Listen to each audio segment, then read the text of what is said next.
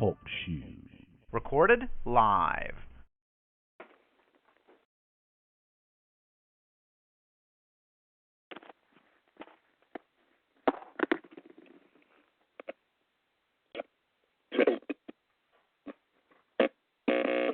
And we don't give a fuck about a devil. ORS, bitch. You are now in tune to Yeah. I don't like you devils. Y'all be doing that evil shit. I don't like these wines. Nope. Melanated is the only thing that I like. Filthy parasite. Out for your life and they murder every night. I don't like these wine, no I don't, niggas. I do not serve these crackers, so I says what I like. Niggas know I'm right. Power to the people, motherfucker you to the world. Disease, Fergie Bird, what the fuck did you think was gonna happen to that funky ass cracker? Get your ass off the street and put your hands down, niggas protesting in the same damn chapter. Once again, you ain't shit in the eyes of the month of that low down dirty ass cracker. But you forget about the shit in just a little bit and go back to serving your master. Gotta get that guap, nigga gotta get that guap, boy. Pop. Another nigga just got shot, boy. Dirty cop, put some lead inside a little boy. Talking all that shit. Fuck these crackers, where them hot boys. I don't like these wines. Nope. Melanated is the only thing that I like. Filthy parasite. Dirty devil. Out for your life and they murder every night. I don't like these wines. Nope.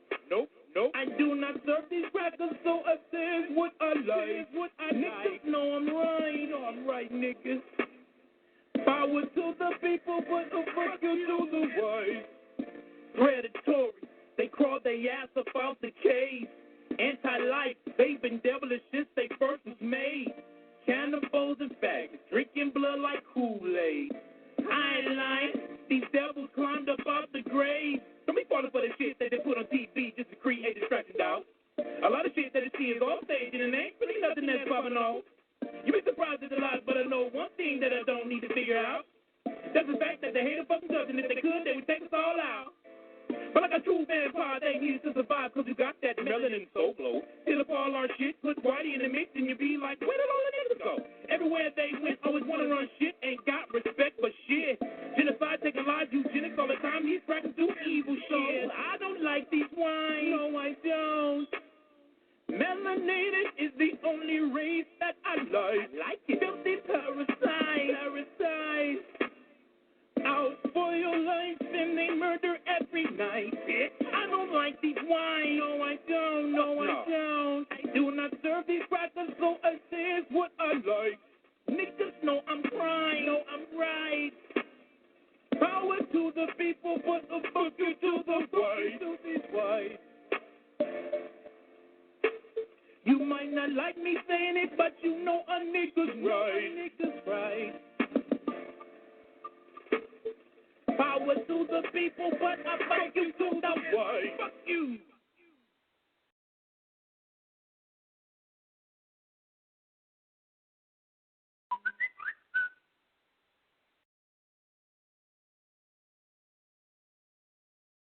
Rock on Radio Exclusive. Red and black attack is in full effect, nigga. Compton squad up, nigga. ORS in full effect. Represent for real.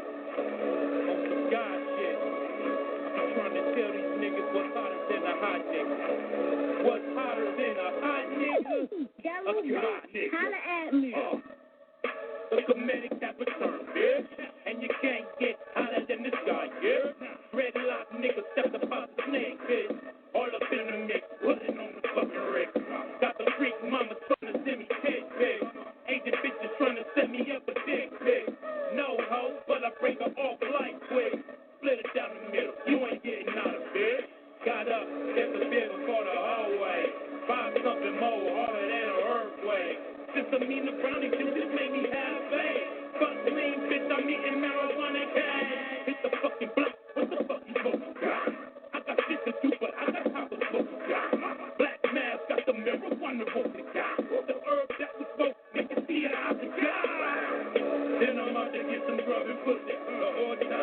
business, boy, I ain't no rookie. I hit the studio, smelling like earth and pussy. Don't gotta steal like Bill when you got the pussy. A king low make a pussy pop. Kill Illuminati, burning up the fucking squad. When they see my work, I make the crack a hard drop. Just before I make that motherfucker hard stop. Body back the court, sticking up the fucking block. CSI, bitch, investigative murder cop. Works on the street like, oh my god, they killed a guy. They looking at the same ones that were still the miners. ABC, nigga, legendary in the status. ORS, we the baddest, who's the fine at it. Infiltrating Operation Wonderland and Alice. Right up under your nose, Botanica Alice. Not quite that area. Weird shit, shout out to me, brujeria. Ooh la la, I am a mistecita. Dumb with it, fighting up in that tortilla. With shots, sacred spot on Alameda. Ritual ground in Long Beach by Carmelita. We curtain crackers and we curtain crackers, Jesus. I've been a god nigga since I was a fetus. This that hot shit, look at how the guy gets. This that hot shit, look at how the guy gets. This that hot shit, look at how the guy gets. This that hot shit, look at how the nigga gets. I must admit this on some hot shit. I must admit I'm on some hot.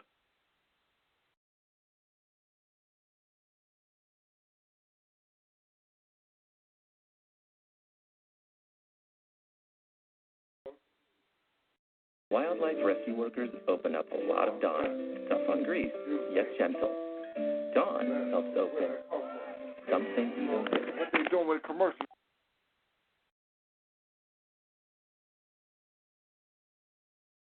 Excuse me for that commercial. Live at 5.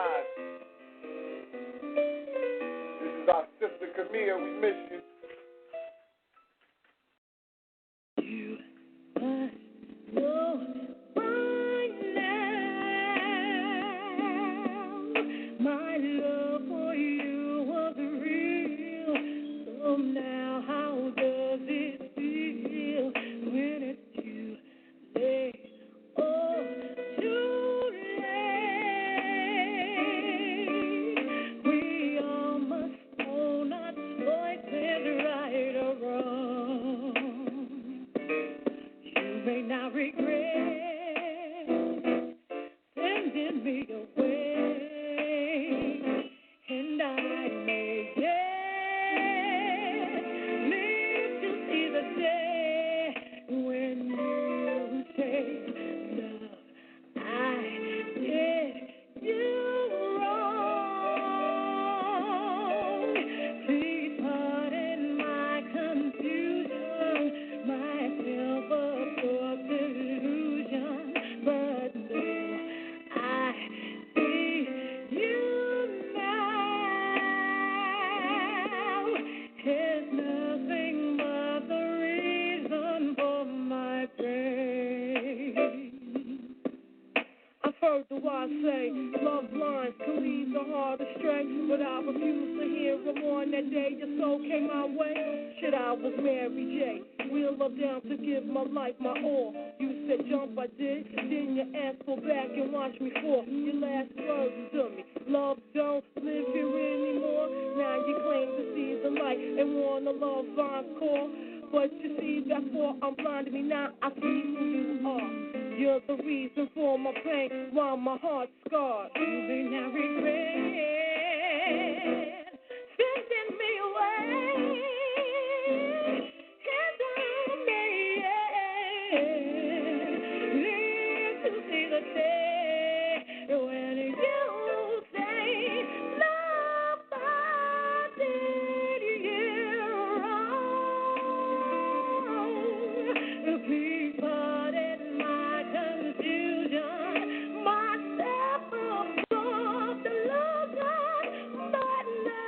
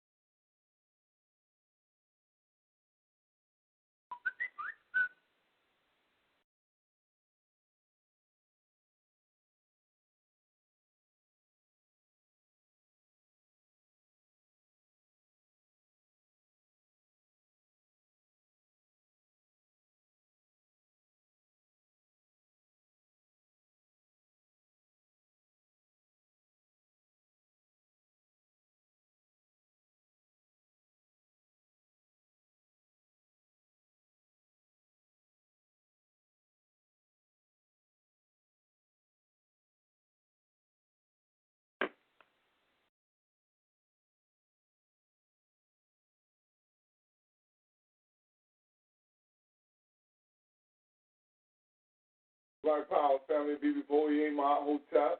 Working with the Feet on the Ground radio. Trying to get our last. Have a little problem with our intro music. I'm having a little problem with our intro music. We're trying to get the last one in, but it seems like it just don't want to play for us for some reason. Somehow it's going in and out, up and down.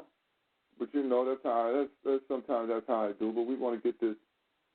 We want to get this revolutionary music in. It's your brother Star Black ain't y'all loud. That ain't what I want to hear. You know, that's not what I want to hear. That's not what we're moving with today.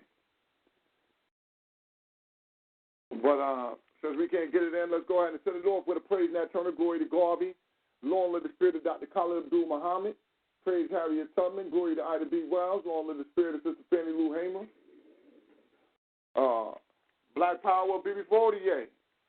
What did it do out there today, family? I know you're having a good time today, being that today is the celebratory day of the Shining Prince, Omar Wally, a.k.a. Malcolm, you know, also known as El Haj Malik Shabazz, affectionately known as Detroit Red, you know what I'm saying? So, you know, we just definitely get that salute to the king today.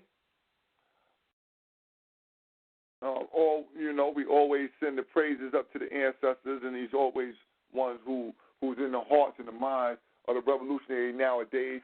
So many of us been raised up through his book, the autobiography of Malcolm X, which was written by coincidentally by FBI I ain't gonna say direct agent, but Alex Haley worked with the beast. You know what I'm saying? Per his own words, stating even inside Malcolm's book how he was called by them people to give up information on Malcolm. So, you know, it is what it is, but we definitely celebrate our brother today. We're going to play some clips by the brother and just, just get into the legacy of the man, where we at with it right now, where the energy headed towards, and just how we can move forward with that energy that's been spread out by the people. So now let me see here. Let me open this up, unmute the lines real quick, get this thing together. So, let me see here. We got everything right. Open this up, see who are inside here. All right. Black Power. And, it's also, as we learn, as all those should be celebrating, every time that you celebrate the brother Malcolm on this May 19th, you must also remember, our minister of information, our brother and my comrade is our brother Minkara, also has, his day lines up with our brothers. So, this powerful energy on this day of May 19th. When I was coming up, it was called Knowledge Born, and on anything on the day of Knowledge Born, it all bring it back to knowledge. So we're going to know a lot of things today. Today is the day for us to look, listen, observe, and respect the things that are going on in our surroundings, which is one of the, main definitions of getting knowledge. You know what I mean? Is to look, learn, listen, and respect those things that have been given forth to you. So with that being said, BB for Holyday family, what it do out there? Black Power. Black Power. What's up, brother boy? I appreciate that, man. How everybody is doing tonight? I'm doing well, family. Black Power, man. Black Power. How y'all doing, man? Happy birthday, brother boy. Brother Minkara. Happy boy day, bro. Appreciate it, family. Yeah, happy boy day to the great ancestor. You did? Already. I was going to say it's X Day, baby. Like I was saying, on Think Tank, on Tuesday, today you should have a chip on your shoulder. If you're black and you live in America and you know any history of blacks in America, you're gonna hear a name, Malcolm X. And if you see or hear any of his lectures, his speeches, and so forth, you're gonna get that flamboyant energy. And if you know about that flamboyant energy, what best day to embark that type of energy on his born day? You see what I'm saying? So to every African in America on the planet should have a real chip on their shoulder today. Should be very witty. Should be looking for confrontation. In the spirit of Malcolm X. So that's something I like to bring to the table, you know what I'm saying, to get this nice Think Tank Thursday started in celebration of the elder. I say.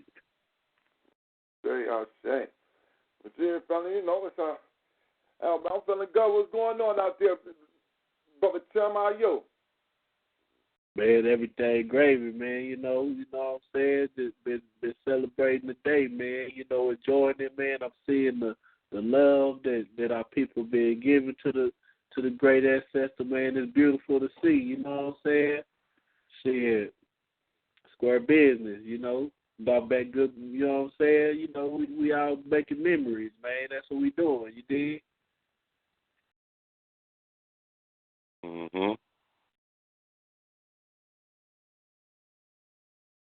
Shit, last year this time, I was sitting my black ass in the jail cell, goddamn.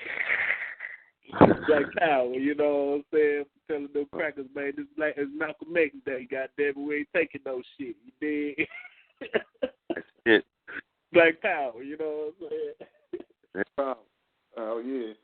You know, it's like you said, man, you know, today's job, it should be a day with a chip on your shoulder, you know what I'm saying? And now that, you know, and it should be a good chip, you know what I mean? You should be thinking, about how to empower your community, but also be willing to just want to stand strong today. You should want to make sure that if you can, man, confront some shit, man. Be confrontational, you know what I'm saying? Be relentless. And when I say confrontational, I mean that, listen, man, you're supposed to see a battle that somebody's trying to get you, and you ain't supposed to run from it. You're supposed to go ahead and take it head on.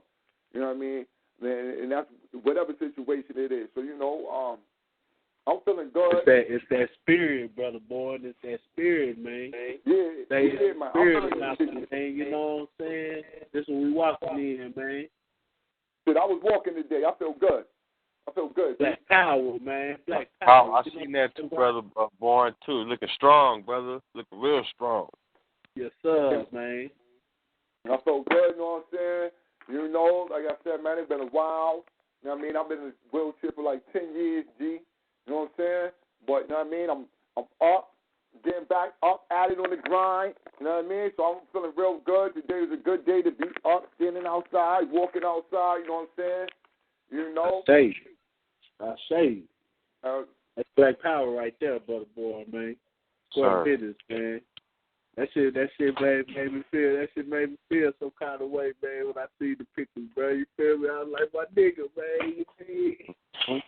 Yo, I was crunk like I was right there with you, my nigga. Yo, yeah, man, it feels so good. Like, looking at the picture of my own, like, yo, man, like, it's wild, son. Like, really not, like, being in the chair, sitting down for that long, it throw your perspective off on how shit is.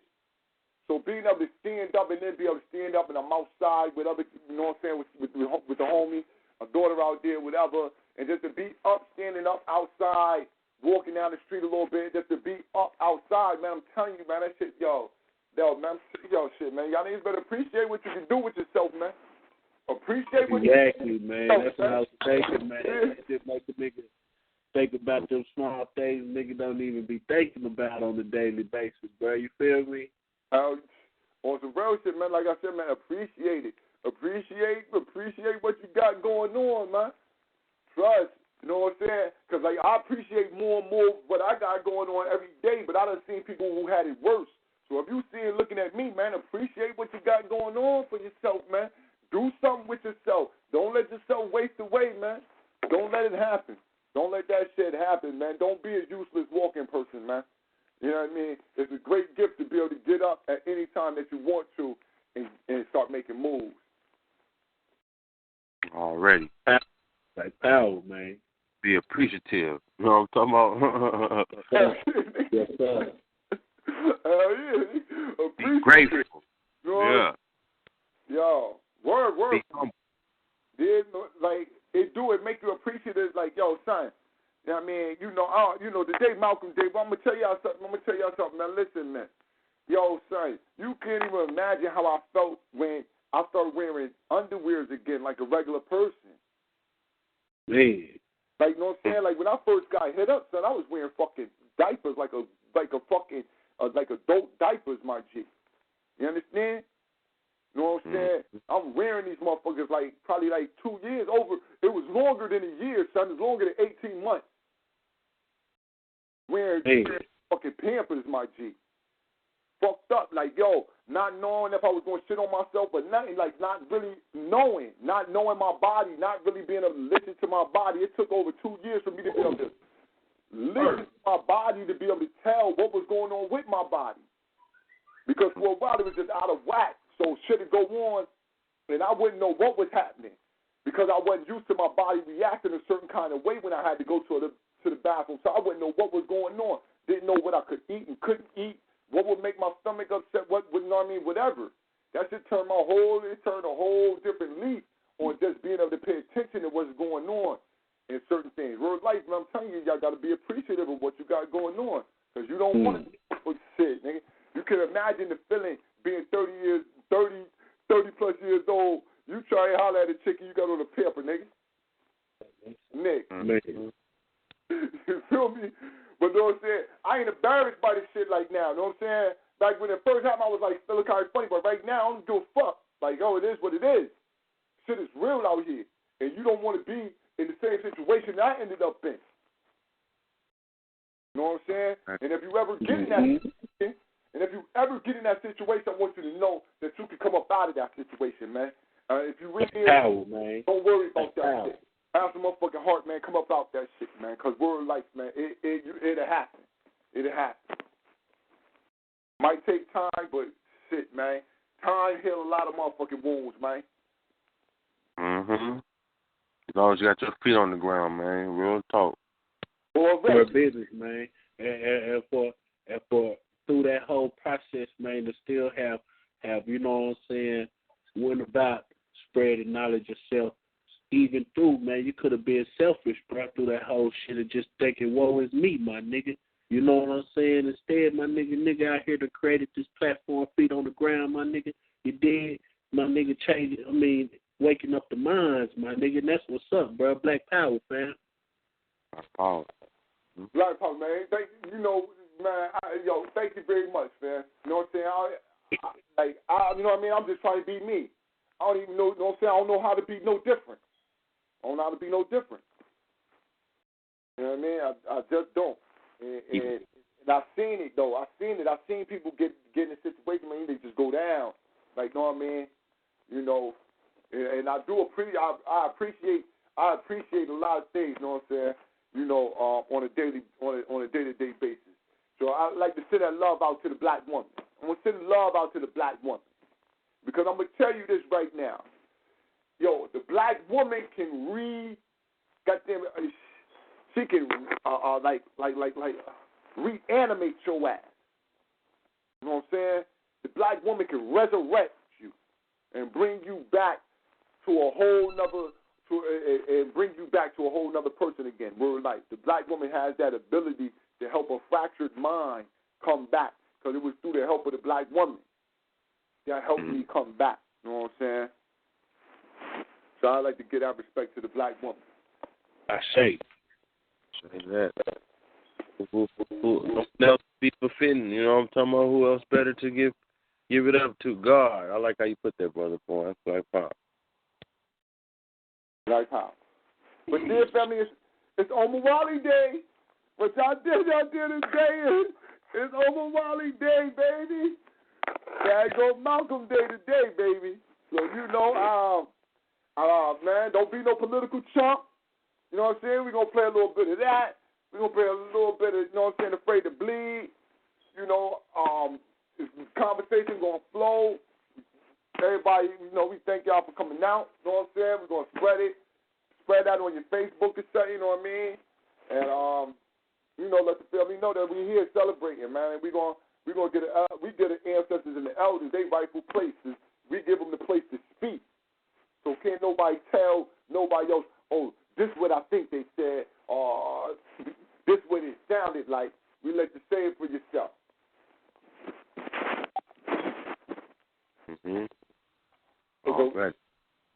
So what it do out there, Brother Mikara, man, you know, you know, it's your day. It's your day.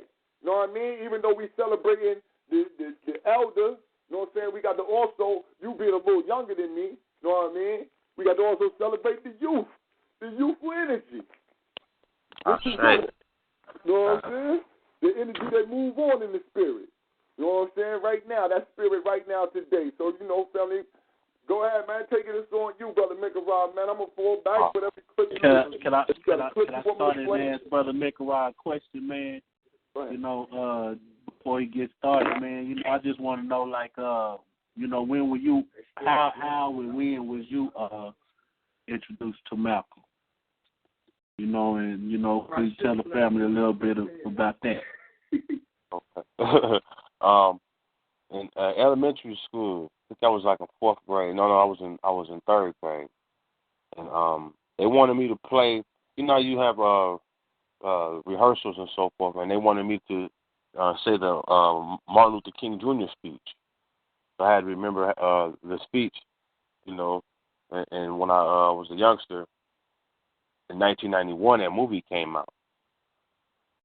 And at the end of that movie, Nelson Mandela was like, today is May 19th. As the whole movie, they don't mention his birthday. And I was like, May 19th, that's my birthday.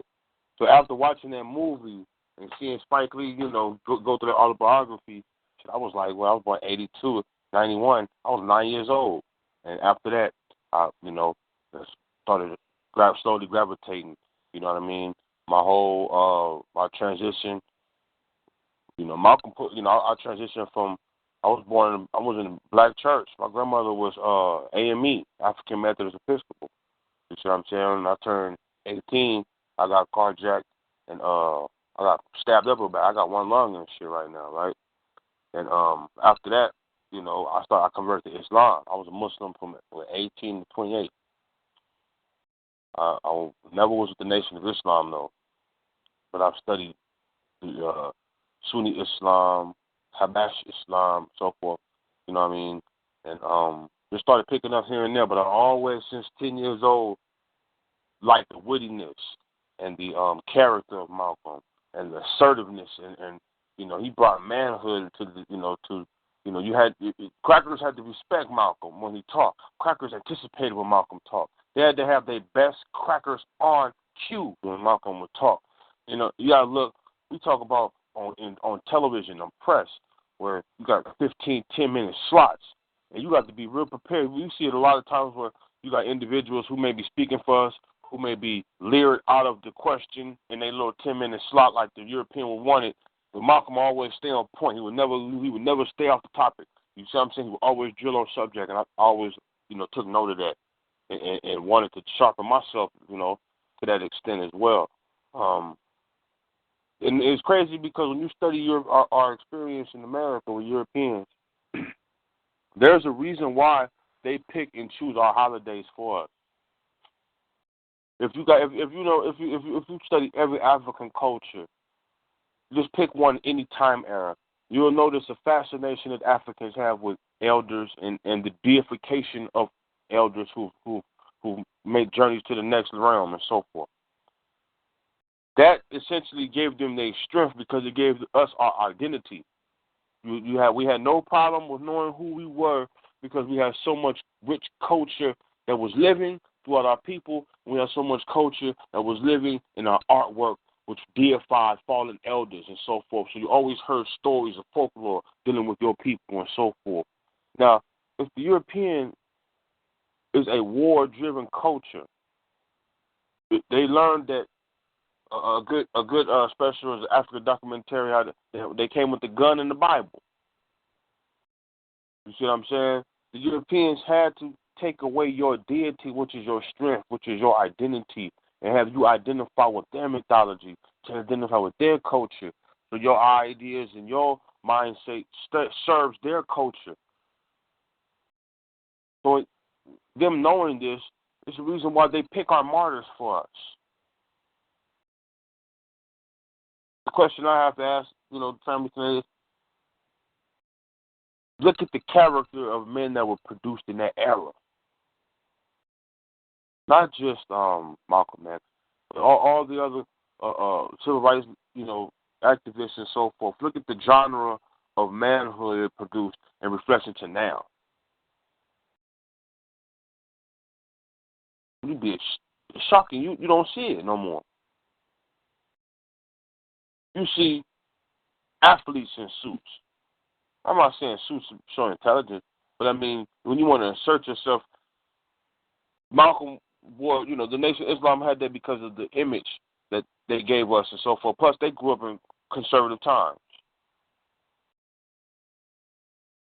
But even right now, we know in 2016, Europeans still denote our stereotype as being very intimidating and so forth. So niggas wearing lavender and pink.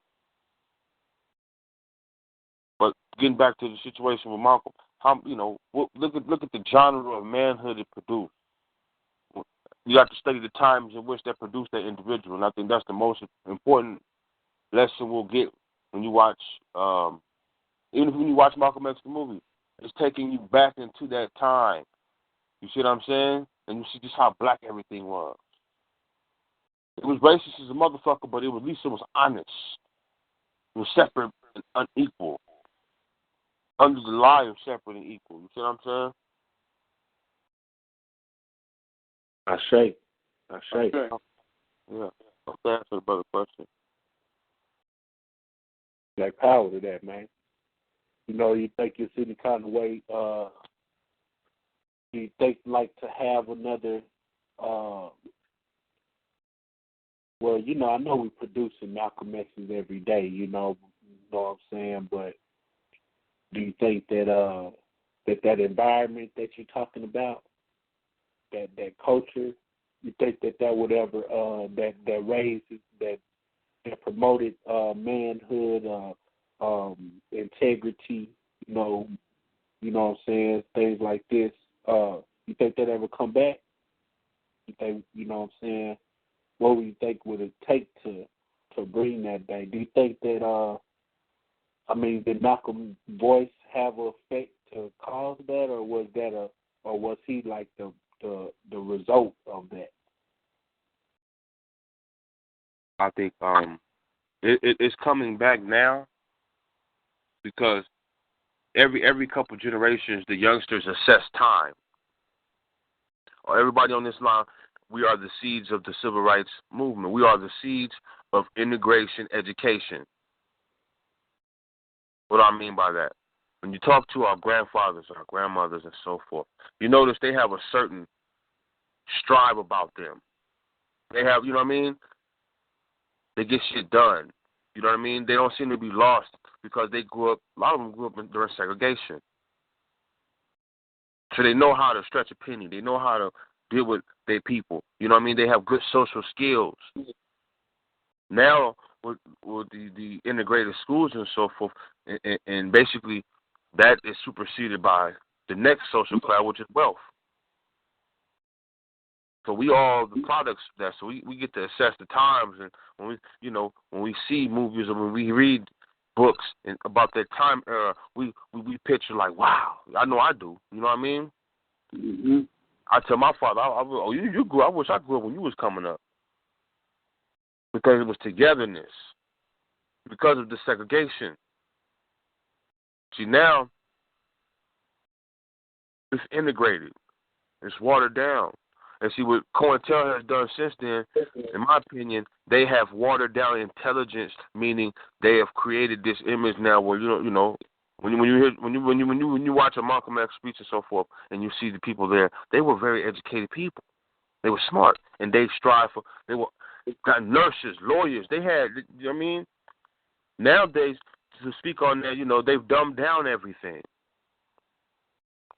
So to show some sign of intelligence is to show that you're integrationalist. I know I've noticed that. Mm. When I've noticed, I'm just the opposite. When I see information and intelligence, I know over time, if it's intelligent and it's rational, it's going to turn revolutionary instead of integrationalist. You see what I'm saying? The first mindset that the African American makes is integrationalist because we have to integrate into society. Now, once you integrate into society, if you're a smart, intelligent motherfucker, over time, you're going to see through the bullshit. And you may be a closet revolutionary, but it's going to come out. You see what I'm saying? Especially when you see a parent, youth being murdered like they are and so forth. So that's what's coming along right now. That's why they're trying to get rid of the projects in every state throughout the country. I noticed that gentrification going on. They're giving you vouchers to move into the valley and shit because the projects have turned into a socialist type of state. And most of the time it's all blacks, and you know what I mean? And you know what, Brother Micker, are you saying that about the projects turning over? It seemed like they had a certain amount of time that they wanted them to run because as a project, it is that, a project. They set it up in order to hold a certain system and be able to check that system on a regular basis. It was a big project. I agree with that. A project indeed. You know, with a microscope right under it. Right about that. And see, I know out here in California, you know, they're doing that. You know what I'm saying? They one particular Nickerson Gardens. You know what I'm saying? They offer people vouchers to move out, and then they're leaving. They're not re-renting out the location, so you got whole buildings that's damn near empty. And eventually they're gonna knock all that shit down and make a. You feel what I'm saying? But they say it's crime infested, but let's be real. Every project functions like a socialist country. You only got a problem if you're not from there. I see. Because if you're coming in, you're coming to get something. You see what I'm saying? So you're coming to take the area. You're coming to get weed. You're coming to fuck with a female. You see what I'm saying? You're not coming to build. You're not coming to stay and chill and break. So I'm saying you're coming to get something. You're going. So it's all eyes on you. That is how the project works, don't it? Yeah, see, Europeans, the opposition of capitalism is poverty. And there's a weird thing. Poverty unite people. Yep. Goddamn right it do. Shit. That make your ass have to go and ask for some bread. Have to goddamn go and, you know what I'm saying, next door and have a relationship with your neighbor because you might need, you know what I'm saying, you might, goddamn, you gonna need each other, nigga. Poverty have crackers, racist crackers, smelling us cooking barbecue, will have them smiling and grinning trying to get a plate. If they, you know what I'm saying? That's what poverty do. Poverty's weird. They don't anticipate that. And see, they've been using the oppression of poverty on us so long. We've become magicians with money. That's why they only give the buffoons real money. Because they know, you know, I'm speaking real. A nigga with a job and a side hustle, man, this nigga be in Mercedes-Benz and 3-bedroom houses and big yard. You see what I'm saying? Now imagine if he had a career, you know, getting the same papers. It's different. We work money different because, especially if we have a community like imagine like Black Wall Street, for example. Of creative, innovative, you know, or let's say right now, let's use the project and say the project is a Black Wall Street or any black neighborhood. Segregation produced millionaires. You know what I'm saying? Whole blocks of families living in their houses for 20, 30 years who can fucking with each other. Yep. You know what I mean? Grocery stores here, dry cleaners over there, milkman over here. You know what I'm saying? You could still see the remnants in certain black neighborhoods, like our neighborhood. You could still see the remnants of that, or the millionaires that was created. It's dudes in our community who got mad paper because of the time that they lived in. Now it's just older, you know what I'm saying? And you could see that somehow the community used to be different because you could see the differences in the community. You could see these elders who, you know, all they did was work. They worked in the community, but they worked with each other. They also owned little stores.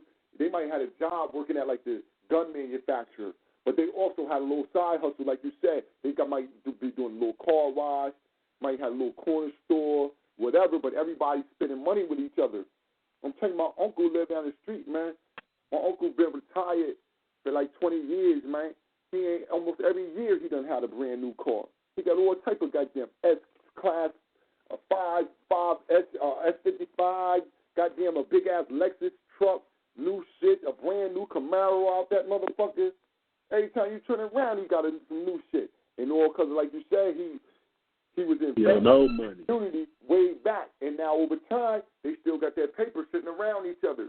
But now they ain't reinvesting it. It's like a whole other mindset with the next generation that came up. They left the economic part out. Like they They took their money out of the community, like the elders. They took their money from out of their corner stores and stuff like that and just put it in their pocket, and now they're just sitting back in their home right now. Mhm.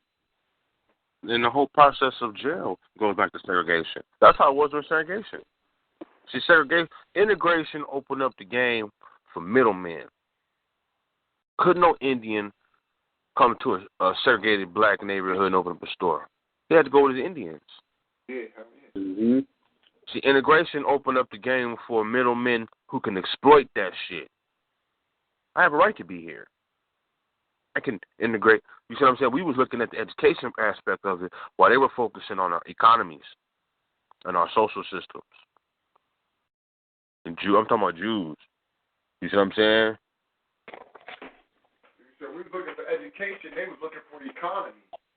And that goes right back to what you know what I'm saying, what the whole day is about, man. That's why we celebrate Malcolm, man, because he was standing on that shit, man. Fighting against the sin ahead of time, man. And goddamn, y'all don't listen to that shit, my nigga. And man, as the masses, man, the masses of black folks, my nigga, just choose the wrong side a lot of times, my nigga. You feel me? Think about the masses. The masses is asses almost all goddamn all the time, bro. All the time, the masses is asses. But you're talking about that, and that is one of the reasons why we're dealing with our brother today is because it was the political awareness. And the political awareness, your policies are what makes you say, no, we're not going to allow you to come into our community. No, we don't want to buy nothing from you. So if you put a store here, we still ain't going to buy nothing, and we ain't want you here in the first place. That's politics, and that's why you were saying that we were politically naive and that we were political chumps, because we wasn't understanding how to deal with each other. We wasn't creating a policy to deal with each other first and foremost, and a policy on how we would deal with foreigners if they came amongst us. That's what. Exactly. And see, we have, and when you know we politically naive, that means they depend on that. And see, yo, you know what? You saying that, right? And I'm going to tell you what was slick. That Mount Wide, having been in the NOI, I understand what he's saying, too, saying that when he was talking to the general people. Because in the NOI, there's a lesson that states that it talks about white people, and it calls them Muslim sons. And they saying that, listen, we'll let these jokers study. The only one that we deal with is those who study from 30 to 50 years. And after they study from 30 to 50 years, it ain't that after they study 30 to 50 years, it's not that we won't kill them. We just won't kill them as fast as we'll kill their brothers. And these are the only people do trade with, the ones who study with us 30 to 50 years. And what he was saying was that, listen, the only way you can do business with these jokers is you do it on your terms. You got to make them come to you on the terms that you want them to come to you on. And any other ones, you don't do no business with them. If they ain't coming on your terms, if they not talking to you how you want them to talk to you, there ain't no business for y'all to do, because they ain't nothing but the devil anyway. Goddamn right. A whole time. So even the ones that you're willing to do business with, always remember that you just doing business with them now, and you just ain't going to take their head off as quick as the ones who talk savage, who be going all out the goddamn way. But all of them is on the same line. And that's what having a policy about your nation does. It fortifies that so you can help. That's why the Nation of Islam started to grow. It started to grow people with large amounts of money within inside the Nation of Islam because of their system of only working with each other. That we're going to buy, shop, everything that we can from each other. And that was when Malcolm really had it. I'm saying, well, Malcolm was really being the mouthpiece and the one who was guiding their economic prowess. Mm-hmm. Then we assess, cash cows that was bringing in money for the nation, like Muhammad Ali. Was it really about him going to the service, or was it about him cutting off the money he was generating for the nation? I be thinking about a lot of shit, fam. You ever think about that? Was it you know, why would you ask a nigga named Muhammad Ali to join the service? Oh, see, now I don't think they was asking. See, he got drafted. But I know why. Are you saying that about the Muhammad Ali not going in the NOI? You know, even though this is a double thing that happened. Even he still lost out on money. So even with him not going, his donations to the NOI went down because he couldn't perform, he couldn't work. You know what I'm saying? He wasn't able to work like he was able to work. So that's what really that messed him up. So it's like a dual thing. I you know what I'm saying, about why he didn't want it, about the reasoning behind not going. I could understand though from where he was speaking of, because the NOI in that day, they were very vocal against, you know, he was hanging with Malcolm. They were very vocal against doing anything with the white man, especially being a part of their army, going to fight Koreans.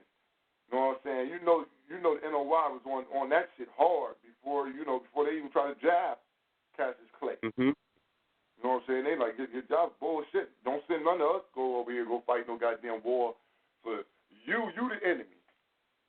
You know what I'm saying? You know, that's where like we hear those classic, we watch the classic interviews by Muhammad Ali where he's verbally jousting with white people and stuff like that and really tearing their ass up. And that's him being a product of the NOI. That's how all of them act. Like, because they have a specific training. This is just what it is, man. This is how you're going to respond to them. This is just what you're going to do. Mm-hmm.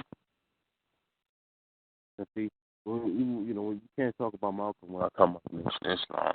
And it's funny because their political, no. They try to be political. Their social philosophy has changed, like you said, with the political policies now, right? So when you heard Elijah Muhammad saying the white man was the devil, it was strong all throughout the segregation era, because the organization was started, 19 what? 33? 33? 1933? 33. Yeah, 1933. Robert Farr came over. Yeah, 1933. In 14 years, this organization will be in existence for 100 years. We're in the 100-year anniversary of Marcus Garvey movement. You know what I'm saying? We're in the 91st. This 90 Malcolm's 91st birthday. You know what I'm saying? Through history, we can assess these things now. You see what I'm saying?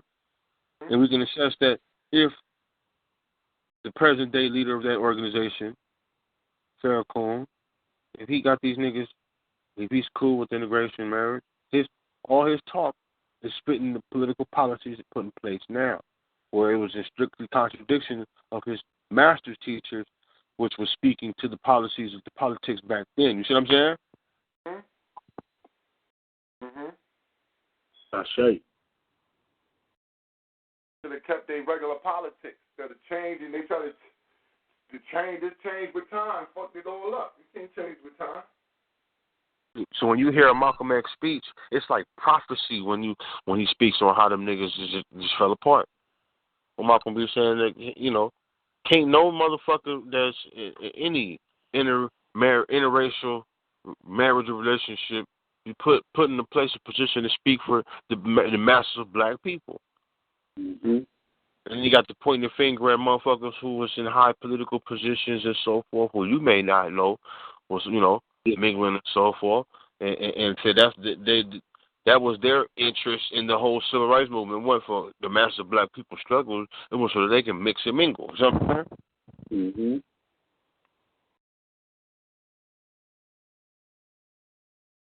Mm-hmm. And this is Malcolm is transferred into to deity now. You know what I mean? And it's imperative that he's our political teacher. Mm-hmm. One-on-one, Malcolm one-on-one for the babies. You know what I'm saying? This is the essence of politics, introduction. And in America, the base of it's racism. So it's not hard to catch the attention. But I've noticed that what the white culture has done is they've kind of shunned, like when you talk, you know what I mean, to to speak honest about them on their history now is to be belligerent. Mm. You in the right. Yeah, you racist. How you going about saying it? That's belligerent. You're in the right now. Yep. You're being very belligerent, sir. You're in the right. Yep. But your conduct or going about it is not favorable. Man, you're talking too tough to us. Yeah, but you're in the right. That's exactly what it is. That, white people don't like for you to talk to them like you know what you're talking about. They always like for you to talk to them in a questioning type of form where it sounds like waiting for them to approve what you're saying. Like, do you think this is like that? Instead of you telling me, nah, this is what it is, man. Ain't nothing else. Take what the fuck you say. This is what it is. They don't like that. They don't like to be dictated to by black people. Mm-hmm. This is very true. See, that's this observation and dealing with these folks. See, that's why we know these motherfuckers. You see what I'm saying? We know these motherfuckers better than any immigrant group. Because all these new booties is taking the bait. The best thing we can do is stop warning their ass. We didn't warn a lot of motherfuckers about the white man. And they stop warning them. And keep our mouths closed. And worry about our own. That's the best policy we can have, as Brother Bourne was saying, because it's really about instilling, policies on how we deal with and how we deal with other people. We know, and we base our policies off how they deal with us. It makes it very simple then. We know how they deal with us, right? Well, that's how we're going to...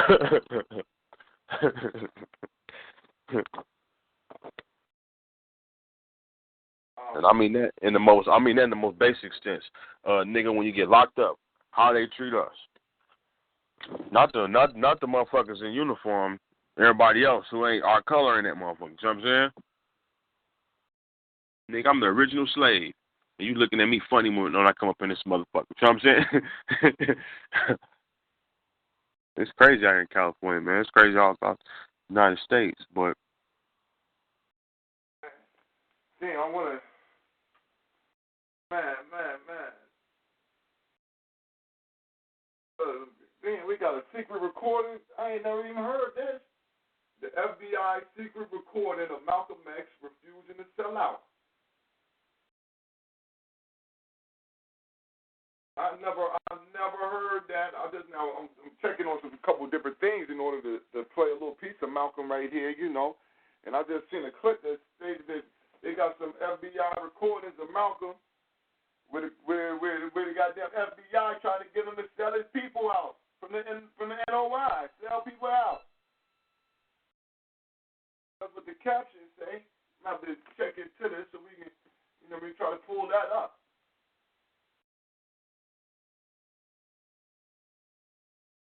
Right. Yeah, I heard that one, man, and he gives like a lesson in how to, you know what I'm saying? I mean, how to turn their ass against their own words, you know what I'm saying? Use their own words against them kind of shit. You can just see the arrogance. Like they just knew he was going to do like the rest of them.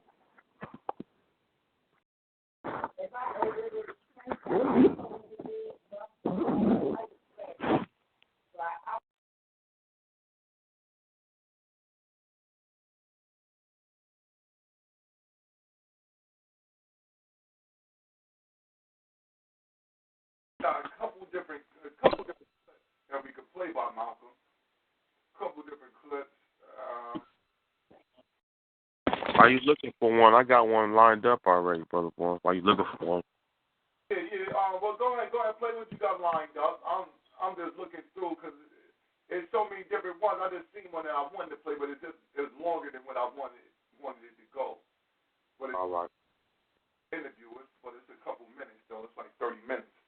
The only time he's readily toward you is when he can use you, when he can exploit you, when he can oppress you, when you will submit to him. And since his own history makes him unqualified to be an inhabitant or a citizen in a kingdom of brotherhood, the Honorable Elijah Muhammad teaches us that God is about to eliminate that particular race from this earth.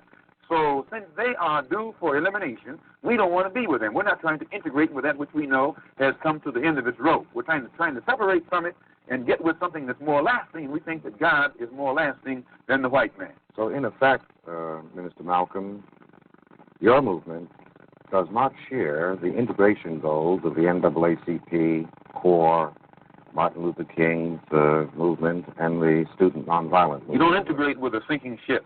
You don't do anything to further your stay aboard a ship that you see is on its way down to the bottom of the ocean. Moses tried to separate his people from Pharaoh, and when he tried, the magicians tried to fool the people into staying with Pharaoh. And we look upon these other organizations that are trying to get Negroes to integrate with this doomed white man as nothing but modern-day magicians, and the Honorable Elijah Muhammad as the modern-day Moses who's trying to separate us from the modern-day Pharaoh.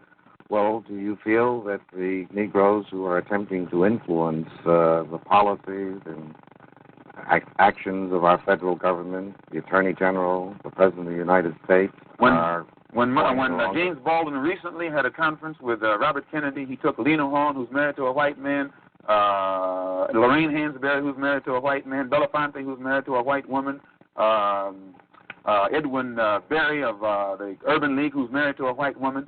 Now, and whenever you have a group of black people sitting down with a white man supposed to represent the black masses, you can never get anybody who's involved in any intermarriage in any kind of situation who will be qualified to represent themselves as spokesmen for the black masses in this country. They were representing their own personal desires. They want to mix and mingle so that they can take their wife. They can go any of these places with their wife. They're involved in a mixed marriage. But you can't find masses, sir, of black people who will accept any black man who's married to a white man as a spokesman for black people, or a black woman who's married to a white man as a spokesman or representative of what black people feel and think.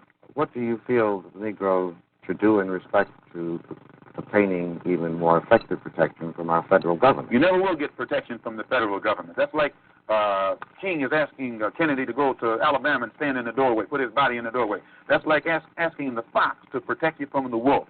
And when now the masses of black people can see this, and it is only the Negro leadership, the bourgeois, handpicked handful of Negroes who think that they're going to get some kind of respect, recognition, or protection from the government. The government is responsible for what is happening to black people in this country. The president has power. You notice he didn't send any troops into Birmingham to protect the Negroes when the dogs were biting the Negroes. The only time he sent troops into Birmingham was when the Negroes erupted. And then the president sent troops in there not to protect the Negroes, to protect them white people down there from those erupting Negroes. Well, are not Negro Americans citizens? If they were citizens, you wouldn't have a race problem. If the Emancipation Proclamation was authentic, you wouldn't have a race problem. If the 13th, 14th, 15th Amendment to the Constitution was authentic, you wouldn't have a race problem. If the Supreme Court desegregation decision was authentic, you wouldn't have a race problem. All of this is hypocrisy. And it is this hypocrisy that has been practiced by the so-called white, so-called liberal for the past 400 years that compounds the problem, makes it more complicated instead of eliminating the problem.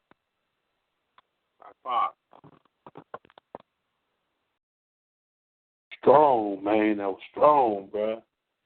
That shit still play today, bro. Still play today, man. Still hold meaning today.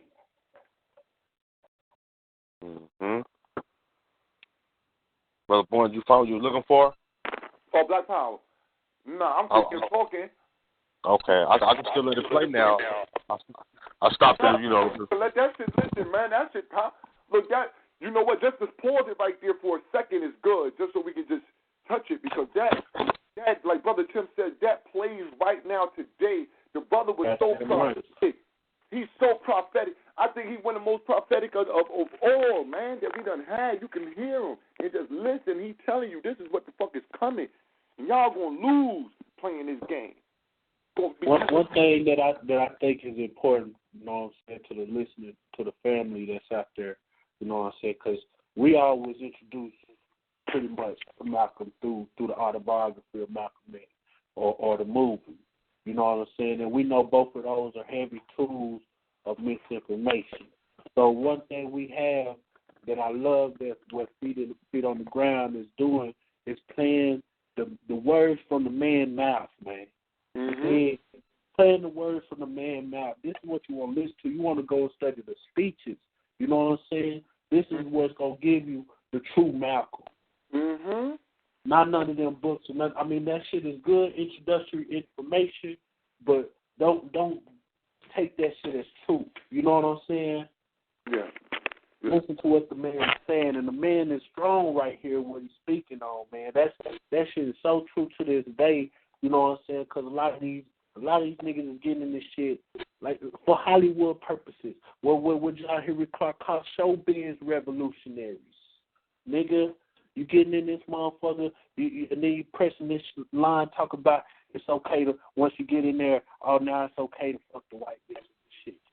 No, nigga. It's not, nigga.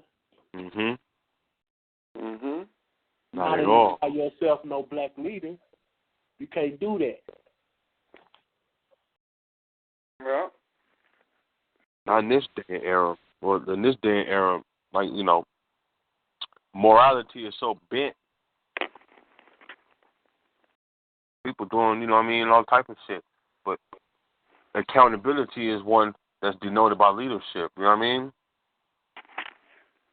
I feel accountable to my people. You know what I mean? I mean, you second guess a lot of shit. You enter it looking from your perspective of a nation. They want the individual. We can make it. We can. You know what I'm saying?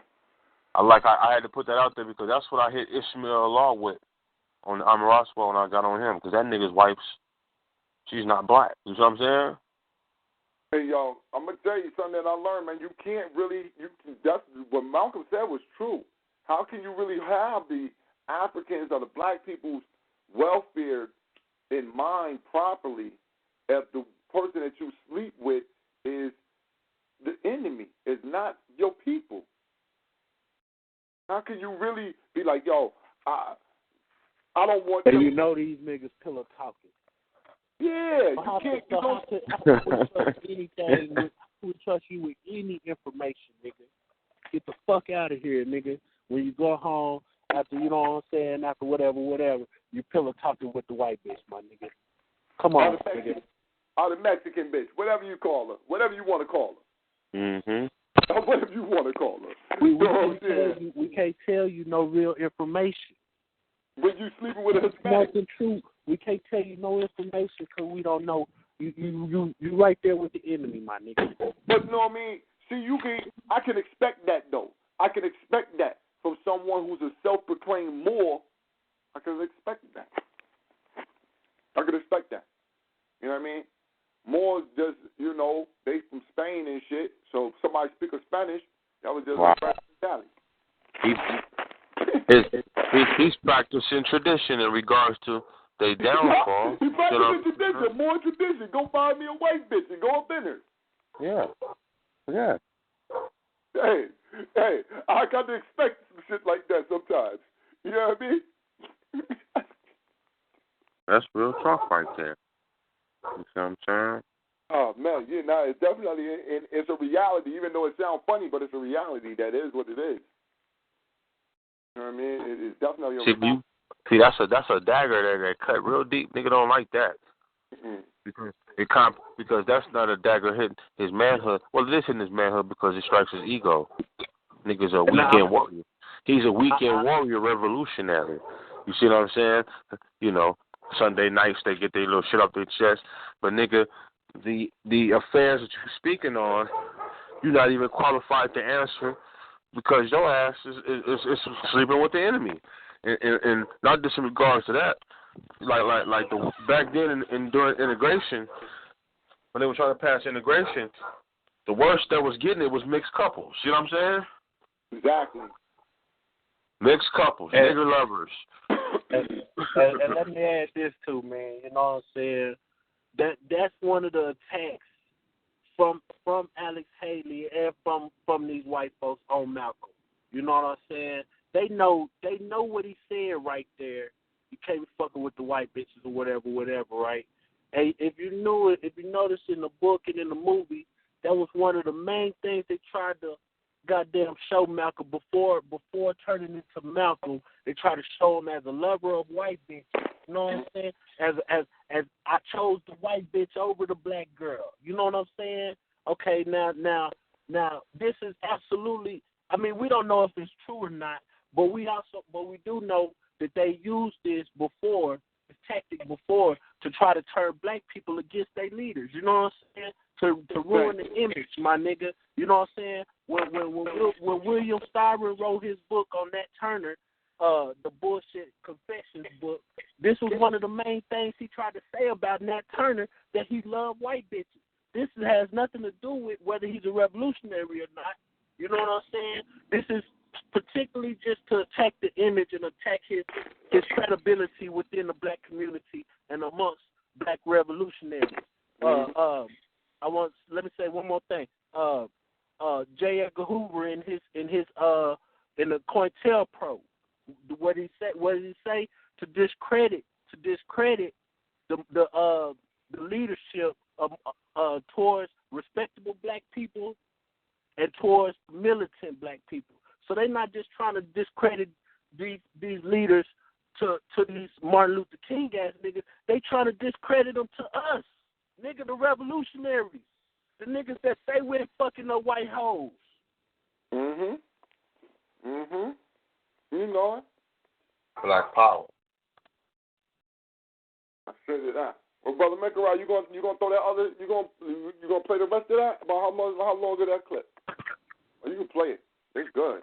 I got all the speeches, so. Yeah, I got the right. No, I thought that was one that you was playing. I didn't know if it ended yet. Yeah, hold on. Last clip. Well, Minister Malcolm, what do you see as the future of the Negro in America? What do you think will be the culmination of the present thrust? Until the white man in America sits down and talks with the Honorable Elijah Muhammad, he won't even know what the race problem, what makes the race problem what it is.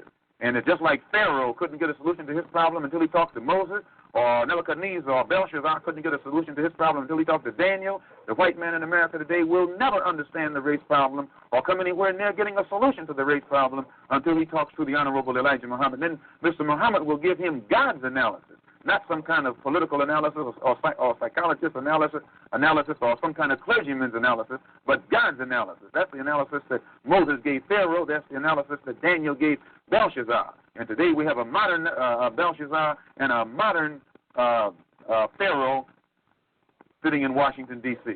What do you think is going to happen in Birmingham, in Jackson, Mississippi, in Philadelphia, in Boston, in Englewood? Well, Dr. Clark, as you know, these Negro leaders have been telling the white man everything is all right, everything's under control. And they've been telling the white man that Mr. Muhammad is wrong, don't listen to him. But everything that Mr. Muhammad has been saying is going to come to pass, is now coming to pass. And now the Negro leaders are standing up saying that we're about to have a racial explosion. You're going to have a racial explosion. And a racial explosion is more dangerous than an atomic explosion. It's going to explode because black people are dissatisfied.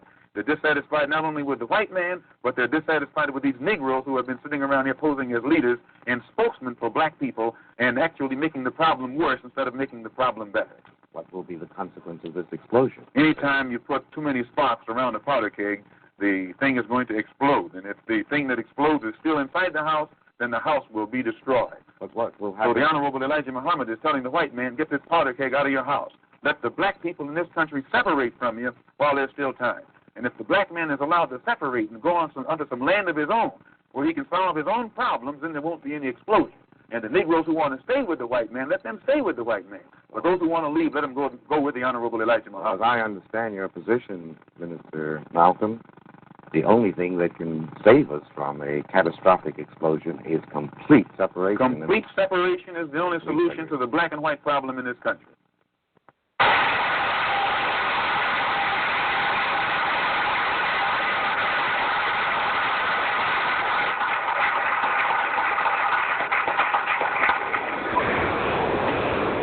Assalamu alaikum. Mr. Moderator, our distinguished guests, brothers and sisters, our friends and our enemies.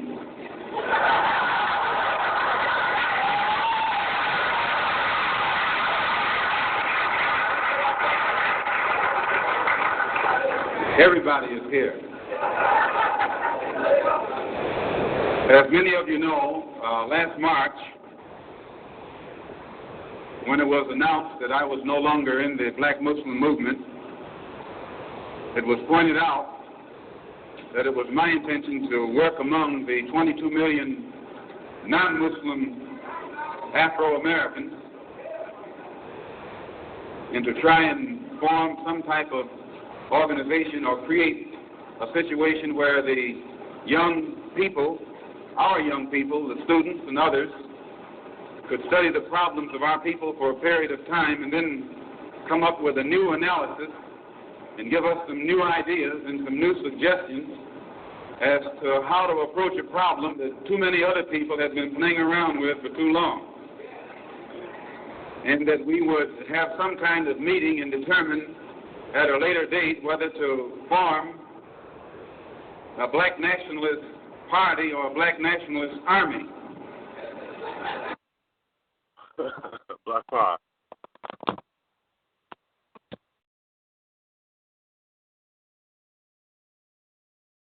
All right, Black Power. Man, it's a goddamn powder keg. So listen to that powder keg speech.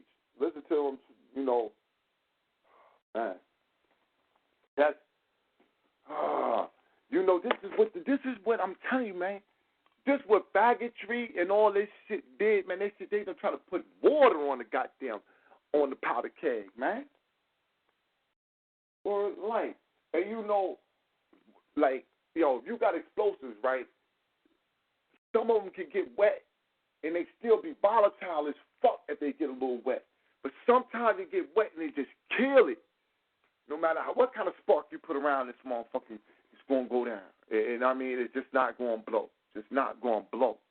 And so, you know, I'm just, oh, man. You know, I'm looking for the blow. Because in 1990, 91. That was the role that Bayer Rush played. Yeah, 92. You have the Bayer Rush, and that was the water on the powder keg. 92, 93, 94. You know what I'm saying? We was back with that was 30 years after. You know what I'm saying? We was back with the powder keg on. You know what I mean?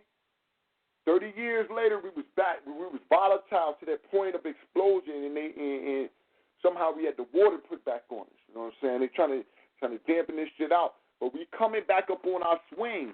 This is what the shit move generationally. You know what I'm saying? And every 30 years or so, it's a new swing. So we right back up on the cusp that we need that you know what I'm saying, explosion. We right back up on the cusp of explosion, man. We 26 years late after the 90s, man. So we back on it. And y'all remember the 90s. Y'all remember how the 90s was. Mm-hmm. You know what I'm saying? It was blowing up. They bringing in other minority groups to ease the situation down. That's true fact. Like what they did after slavery and during that whole period, the Irish, the conflict we have with the Irish as well. You see what I'm saying? The new present day is the Latinos, for example. The new word that they give them. You see what I'm saying? They serving as distractions. And you see that, right?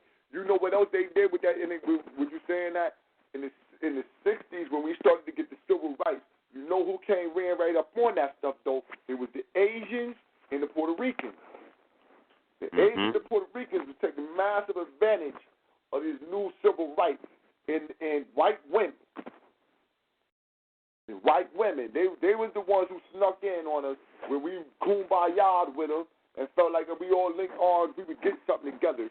And that's the crew that we let in on the wrong, or under the wrong guys. Mm-hmm. And see, when you do an analysis of American culture,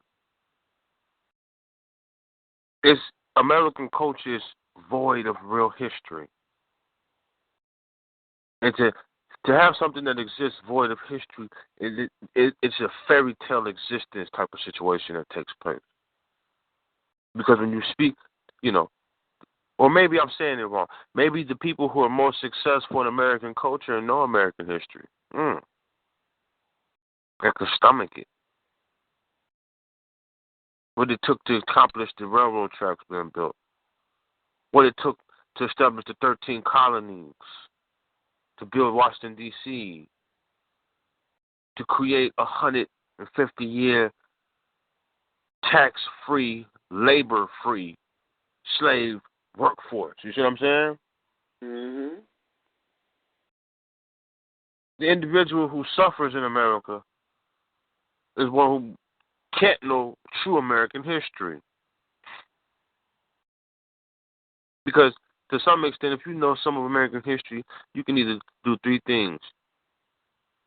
Join it and be unsuccessful, join and be successful, or don't fuck with it at all. You see what I'm saying? A lot of people who know American culture and history, conscious people, don't fuck with it. So every 4th of July they promote this, you know. That means the cracker is dangerous to some extent. You know, to some extent he is dangerous. I'm talking about the average cracker because they're even void of true American history. Because when you get down asking these motherfuckers questions, you'll find out once upon a time ago these motherfuckers was white slaves here. You see what I'm saying? Mm-hmm. Some of them. Majority of them. And I don't say that we should sympathize for them. No, I'm just saying that the motherfucking real crackers who granddaddy was slavers and shit like that, them motherfuckers are balling now. You know what I'm saying? You won't meet them at Walmart. They don't even shop there. The crackers you meet at Walmart, them motherfuckers is 3rd generation white immigrants. You see what I'm saying? I say, yeah. I understand what you're saying. Or they might have been some of them sharecroppers. Because I remember watching that goddamn movie with the black woman who was a slave, Cotton Picking Truth. And she sure enough said, shit. She said, you know, y'all don't know, but she said, there was white folk on this plantation, and they beat them worse than us. Mm-hmm. God damn. What the hell? They beat us. They whooped us worse than y'all. And we shouldn't sympathize when we hear that neither. No, not sympathize at all. Yeah. It's just to let you know that, listen, man, these savages are so savage that you see what they do to their own. Exactly. You understand? They ain't got no full respect for nobody. And you wonder why you fuck your own people over, because you practice their culture. Exactly. Yo, it's bred right into you. It's bred right into you, man. It's a dude, and what we dealing with it has. Not only are they ingraining it into us through the culture, but they also bombarding us with all type of fucking they chemically bombarding us with shit that make us psychotic. In your water, in your goddamn food, all this shit. They setting this shit up for us. They setting us up. This is why we kill each other so easy. It goes beyond, it's part of the cycle of self-hate that was brought on, but it's also they inducing it in us. You know what I mean? We got to be very wary. This is why also one of the great things that's going now is that we getting back to farming. You see a lot of people back to the let's grow our own food. And actually, we got to bring them up to grow or die, but we got to get back to feeding ourselves and getting away from all this plastic and shit like that. Man, I don't know where that's coming from, but I just wanted to say that because I know it's just dangerous for us. I agree with that. In the meantime, know that, because, they're making that even expensive. Everything, but know that we got a long history on this planet. And one thing that the cracker knows about that's one thing that kind of frightens me is the medical aspect of research that they got during slavery. To experimenting on us. They know something about us biologically that we may have forgot about them biologically. You see what I'm saying? And one thing about our greatness is we have the ability to endure. Endure very well. So even when we eating this bullshit. You see what I'm saying? What don't kill you, the African only makes it stronger. You got to kill the African quickly. If you induce slow killing on the African, that's what's puzzling them right now. When I be talking like to my pops homies and shit like that, them niggas was just playing and Agent Orange and all type of shit, and everything was lead back then. You see what I'm saying? Motherfuckers still surviving. Crackers' skin falling off their face at the age of 40 and shit. You see what I'm saying? And they eating their food. So almost all that time, I'm just saying, know something about ourselves too. We have to be able to endure, but once we fix the problem, and we know what the problem is, the problem on the planet is white people, and no mistake in that. This whole concept they have of private property, privatization, and see, you can't talk about corporation without talking about slavery. All corporations, I don't give a fuck. All corporations was financed by slavery. Our real target is corporate industry. You know what I'm saying? Because they're the ones who maximized and took advantage of that free slave. Imagine you work in a successful business for 150, 200 years where you have to pay your workers a damn thing. Look at it from that aspect. You know what I'm saying? Billions of dollars, really free. All you got to do is supply and demand, but you got to just make sure you keep the vacuum going, but you ain't got to pay. The labor's free. Getting this shit, faxing it, wrapping it, you see what I'm saying? Mm-hmm.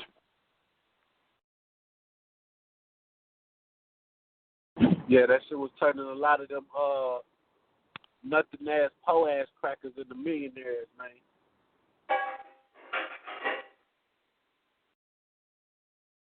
You watch movies like, remember Schindler's List? Anybody remember that movie? Yeah, Schindler's List. I never seen this. Ain't that the one about the Holocaust? Yeah, Holocaust. I like that word, Holocaust. Yeah, watch that movie. When you watch that movie, you see the nigga was taking advantage of free labor from the Jews, so-called Jews, in the concentration camp. Same shit that George Bush daddy was doing. You know what I'm saying? That's exactly what the fucking kids, exactly what he was doing. He put all the motherfuckers in labor camps. Bitch, you go work. He worked all the hoes, yo. He literally did. Oh, man. That was genius, though. You know what I'm saying? That was genius. Evil genius. That's their culture. If you don't execution, slavery. Yeah. Don't execute him, that nigga in the servitude. Yeah, and that's what he was doing, putting them in servitude, man. We ain't gonna work them jokers, man. We need bullets. We got tanks need to be built. We got cells need to be built. We got metal need to be smelted. Iron ore to be smelted. We got shit need to be forged. Y'all gonna be in here working, man. We got fields to be cleared. We got bridges to be laid, roads to be laid. That's what y'all gonna be doing. Mm-hmm. And when you watch the movie Schindler's List, it's kind of funny because when you know a little bit of the history, the Jews, they got a warning from the Germans before they so-called got murdered. You know, we off the topic, but I'm going to bring it back around right quick, right? Yeah, I'm showing you the nature of the Jew, right? Here it is, the Jew responsible for the Germans losing World War I, still staying in Germany, claiming to be pro-Germans, right? This little young nigga coming to power named Hitler and blow these niggas out the water, right? Extradite, ostracize them niggas first. Don't fuck with them. These niggas did this and that. The real smart ones, even Albert Einstein, his scary ass, he even tried to flee, right? They seen the powder keg coming, right? For the ones that did stay, when you watch Schindler's List, it's funny because they show a very poverty-stricken Jewish family trying to have a meal, and the Germans are coming. And when the Germans are coming, the Jews hear them coming up the thing. The Jew daddy run to like a little stash spot. Like how niggas have, like it reminds me of the hood because the first ghettos was in Germany. Remember that, my nigga? Feel me? The first ghetto, the word ghetto is denoted to describe a community that the Germans had the Jews living in, right? Hello? Yeah. Right? Look at the word ghetto up, right? Jewish ghettos, right? The Jews live in ghettos in Germany after the Germans gathered them niggas all up, put them niggas in one area, right? So the family's trying to have dinner, and the Germans are coming. So the Jew daddy didn't really like the police coming for, it's a raid, nigga, it's a raid. So the pops find a stash spot, and he grab a bunch of diamonds, like crack, and throw it on the table. And then his wife brings a loaf of bread, and he ordering the kids to take bread, put the diamonds in the bread, and swallow the diamonds. You hear me? Nigga, your freedom finna be compromised, and you motherfuckers are worried about diamonds? You see what I'm saying? I'm busting up laughing. I'm watching this shit in the class. This is at school. Everybody looking at me like, why you laughing? Like that. I remember watching a parody, one of those racial movies. I can't think of the name of it. I think it was a scary movie or something. And they were showing a racial thing for a Jew. And the nigga wanted to get away from the Jew, so he took a gang of pennies and threw them in the air. And the Jew was so greedy, he had to count and catch every penny before he chased the nigga. You see what I'm saying? So when I seen that shit, I'm like, here it is. This nigga's going to concentration camp. And his most prized possession is an African diamond. Jewelry. That's what he worried about. He ain't worried about he didn't go grab the pistol. See, at least the Arab would have grabbed the AK. You see what I'm saying? The Arab worship water. You see what I'm saying? But the Jew, I'll never forget that scene in that movie, my nigga. And then got hauled off in the concentration camp and eventually died. But ordered his kids to swallow them diamonds. Like, out of everything to come, and he wasn't worried about his freedom. He was worried about them Germans. Motherfucking diamonds. And these are the same people who started the NAACP. The same people who gave you your president, Obama. The same people who got Drake as number one in everything.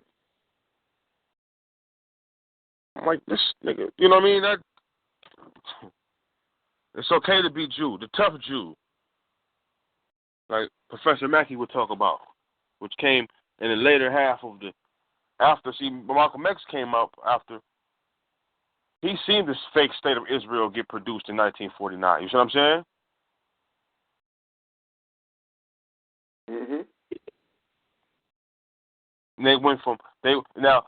Imagine this: if you knew that the same individuals who created the NAACP in like early 1900s, 40, 50 years later, had enough power to create a fake state of Israel,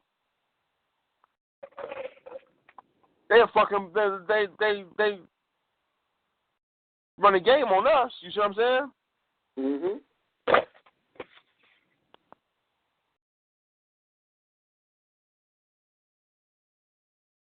My patience has run out.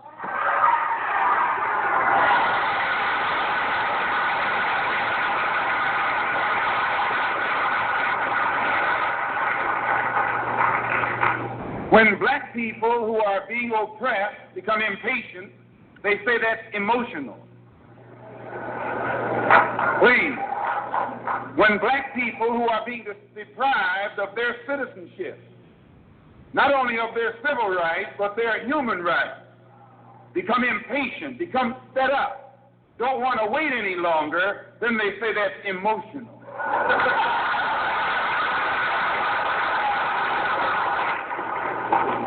The so-called Negro leaders and organizations should be praised. They should be congratulated. They should be complimented. Because out of all of them combined, the white man has not yet found one who will play the role of Uncle Tom.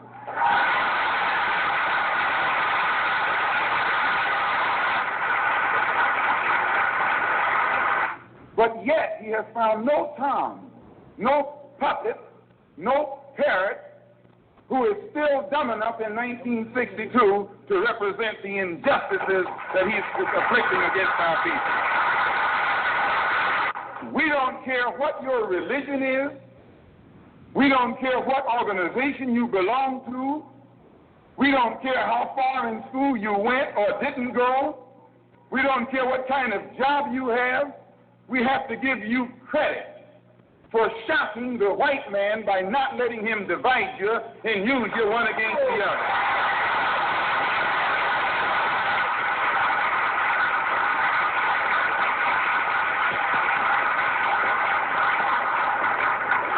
In the past, the greatest weapon the white man has had has been his ability to divide and conquer. As Jackie Robinson pointed out beautifully on the television last night, 4/5 of the world isn't white. Isn't that what Jackie said?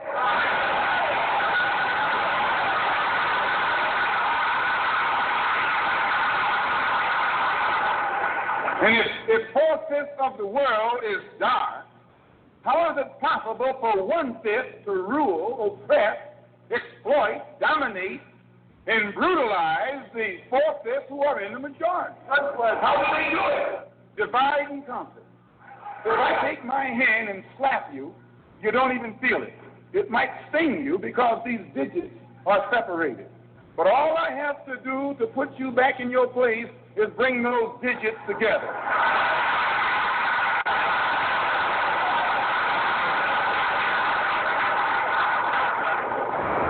This is what the white man has done to you and me.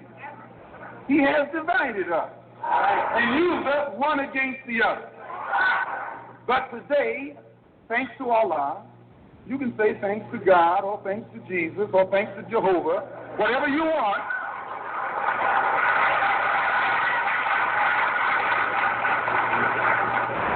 But as a follower of the Honorable Elijah Muhammad, we have been taught to say thanks to Allah. And that's what Jesus said.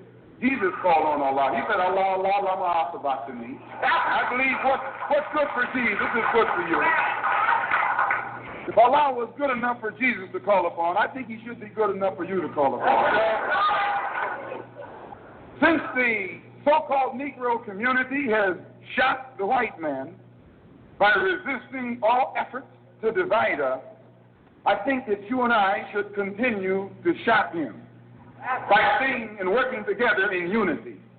Despite religious, political, economic, or educational or social differences, let us remember that we are not brutalized because we're Baptist. We're not brutalized because we're Methodist.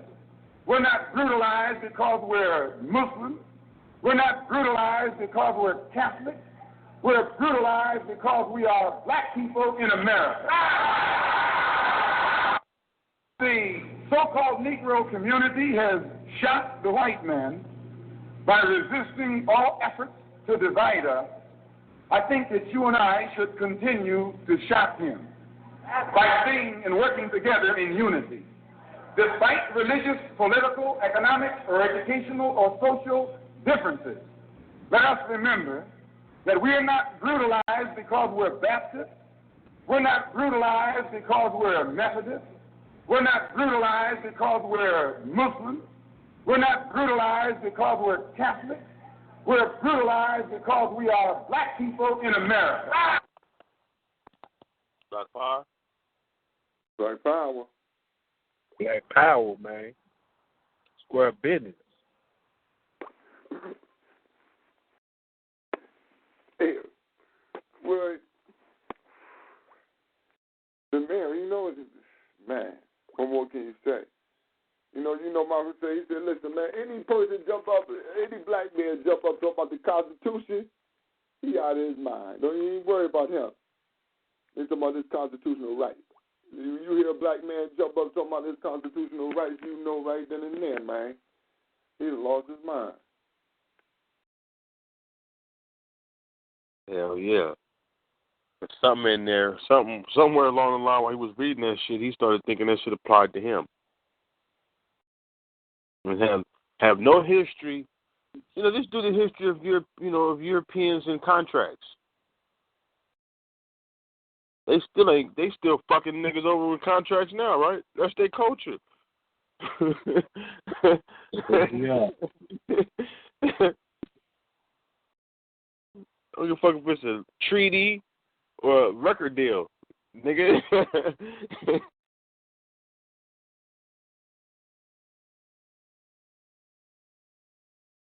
But the nigga trying to get signed, though. Yeah. Nigga trying to get signed, though, Dad. I like how he put it out there, holistically. A lot of other motherfuckers think, We're suffering because we, nah, nigga. The minute we get to talk about the white man, they want to talk about being Hebrew or being a Muslim. What they got to do with it? They ain't got shit to do with it. He didn't ask you. He didn't even ask what you were. He just saw you and put you in the category. You see what I'm saying? He didn't see you making salat aki and saw your thick beard and put you. No, he didn't see you with that Bible in your hand. He didn't hear your Jewish name or hear your Hebrew name. He saw a nigga. You see what I'm saying? It was visual. He didn't want to know you. He didn't want to know what you practice. He doesn't like you. Don't like you.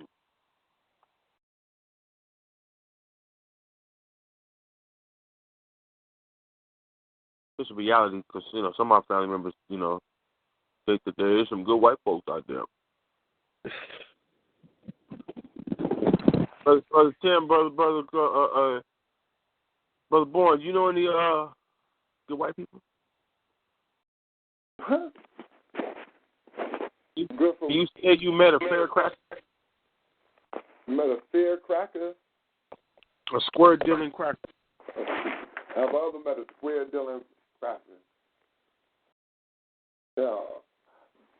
Not that I can say it. They all acted like they was dealing me square, but I would doubt that they was. You know what I'm saying? I never felt like I was getting the right deal anytime I was dealing with a cracker. You know what I'm saying? They always act like they treating you fair. They always give you a smile, but I don't know no good ones though. I don't know no good ones like on some real shit. I don't know no good ones. I'll be like, yo, you's a good cracker. Because they turn on each other so quick that I know that they're not good. Because I was like, yo, the one cracker that I would say was that I was trying to think about, I was like, damn, maybe. But now I'm thinking about it, I'm like, damn, nah, he ain't no good cracker. He ain't worth shit. Because goddamn, when he shouldn't have said nothing, he was talking shit about his own goddamn white folks to me. And I never talk no shit about black people to him. Hell nah. You a race trader. And I don't trust race traders. I say. So, the one good one, AV Ant, marked himself out. He marked himself out.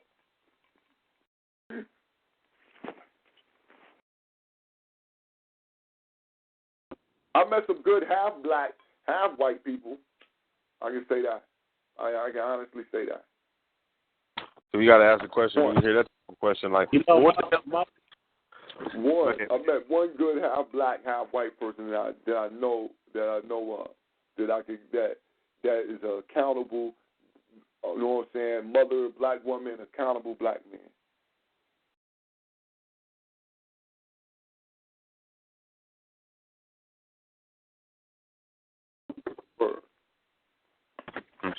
When you ask the question, good or bad, that's the first question. What do we see is good and bad? Because the cracker may be good at just being bad. Yeah, like that's what I was going to say. I was going to say good for what? But I'm like, all right, I'm going to just put it in the context of what I'm thinking good or bad. But you know what I'm saying? Man, he's good at Douglas, man. You know, but good to me, he has never been good to me. Will he pick up a gun, man, and kill another cracker to goddamn save your life? And to me, that's why I judge it off of, bro. I mean, I know that's harsh, but shit, that's what I'm judging off. You know what I'm saying? I mean, as far as is it a cracker I can deal with? Can I do business with? Can I goddamn trade $1 with a cracker? Goddamn get a cracker, I get $1. I've been goddamn getting crackers for dollars my whole life. Yeah, my whole life, yeah. But shit, are any of them good? Hell, motherfucking no. You know what I'm saying?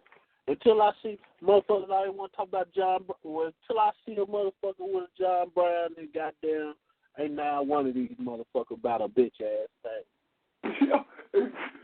I say, until you can show me some John, yo, listen, son. Son, that's my immediate response. Yo, that's where I go to anytime a white person starts that bleeding heart with me. As soon as they start talking that white bleeding heart and I feel for y'all, I'm like, yo, if you feel for me, then go get me some John Brown justice. If you ain't talking about no John Brown justice, I don't want to hear nothing else. That's it. You need John Brown justice. If you the white man and you love black people and you for us and you care about our plight, then go get that John Brown justice. Show me that you can tell me. Man, I just seen too many times, man, where, you know what I'm saying, you did, like, man, when the numbers turn, man, I'm telling you, man, when the numbers turn, my nigga, when the numbers turn, nigga, I'm telling you, you're going to see the true colors out that white boy, my nigga. Shit. That's how it go, bro. If it's 50 niggas and one white boy, two white boys, them white boys going to be on their best behavior. Nigga, they going to be the friendliest. You know what I'm saying? I love niggas, pants sagging, this coolest ass white boys you ever seen. Yeah. Put the same motherfucking white boy, my nigga, in a motherfucking group of other white boys. My mentality is, sis, nigga, you one of only one or two black niggas there. All one of them gotta say is the wrong word. Let's see if that white boy go goddamn risk his life, nigga, to save your black ass. Yo, you saying that fucking white boys like that too. I was in a county with a fucking white boy. In a county, fucking old, like 50-year-old white boy in there. And so, like, we're on the same block for about a week. You know what I'm saying? About a week, maybe 2 weeks. And so he's been up there, and I've been up there for like 2 weeks. So I've seen him all the time. And it's like one day we in a day room, and I noticed that the motherfucker got the white motherfucking lightning bolts on him. He got the motherfucking double lightning bolts, right? I see them shit. I'm like, damn. I've never seen him before. Knew he had tattoos, but never seen them. What the fuck? Now he in the fucking cell with my man Big Pun. So he in there with Big Pun. I'm like, damn, yo, Big Pun. I'm like, yo, you know what them fucking lightning bolts stand for? On your cell, you like, nah, what you talking about? Whoa. I said, yo, Big Pun, man. Motherfucking white supremacist, man. He was like, nah, I'm telling you, son. He part of some type of motherfucking skinhead group or some shit like that. Nah. It's all right. So he goes to the cell. You know what I'm saying? We locked down for the night. Boom, boom, boom. Next morning, I'm like, yo, Big Pun. What's up, man? So what the fuck is telling? He's like, yo, man, I asked him about the tattoos. He told me that ain't mean nothing. The tattoos ain't mean nothing. I said, what? I said, where are you at? No white boy gonna have that shit on his ass for no reason, man. Not for no reason, son. It's not gonna happen, bro. That shit not gonna happen. All the motherfucking swastikas, all the motherfucking the bolts, the motherfucking Celtic Wood, you see a Woody Woodpecker on a white boy, nigga, you need to be looking at him crazy. Yeah. Shit. Yeah. These white boys got all kind of little shit, my nigga. That mean they'll kill you. We can dissect that shit because, okay, the lightning bolts, that stands for the SS. Yeah. That's Hitler's little elite group, right? They protected Hitler from the coups. Oh, hold on. Let me tell you this real quick. The fucking next morning, though, we had breakfast. Big Pun come out. I asked him about it. I said, yo, where your celly got? The motherfucking celly don't come out. We look. The celly got the CO at the motherfucking cell door. Motherfucker packed his ass up. Took him off the block. I'm gonna call it. He called the CO. He called the CO again, packed himself up. Because he didn't think niggas knew. Like, you know, it's like young dudes in there. Like, so niggas ain't never been. You got some older dudes, but niggas ain't never been locked up. Like, and they don't know they really don't know that you got crackers. Like, they not really even thinking about that. These niggas is just in the street. You feel me? They ain't no thought in their mind about racism, white supremacy, racist ass cracker around you, none of that shit. They just looking at him like he cool, like he come to the day room, he talk to everybody and whoop, whoop, whoop, whoop, whoop, whoop. No problem. You know what I'm saying? But it's like Brother Lou said. Like Brother Tim said, yo, it's because it's only him. Now, it was 2 white boys on the block, but they ain't enough. They ain't strong enough to do nothing on the block, nothing at all. So ain't nothing y'all can say. And the one other white boy who with him, he's sick, got cancer in his stomach. So if you come off out your mouth with anything fly, we going A-Rap rap your motherfucking, we going to do the rap on you, son. Goddamn right. Get ass out in here, man. Stomp y'all right the fuck out till you're dead in here. You will die in this motherfucking day room, son. Trust it.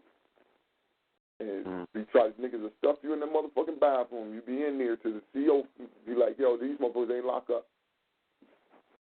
Even the street level cracker to the corporate cracker, they still tied up white supremacy because they big up Hitler because Hitler was a eugenics in the most literal sense.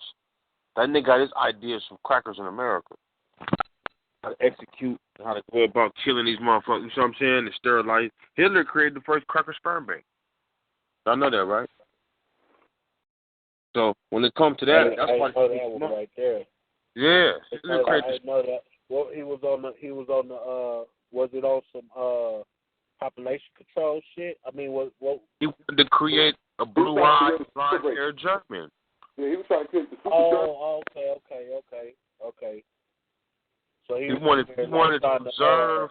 He found out how you could preserve and bring out the recessive gene. He studied eugenicists.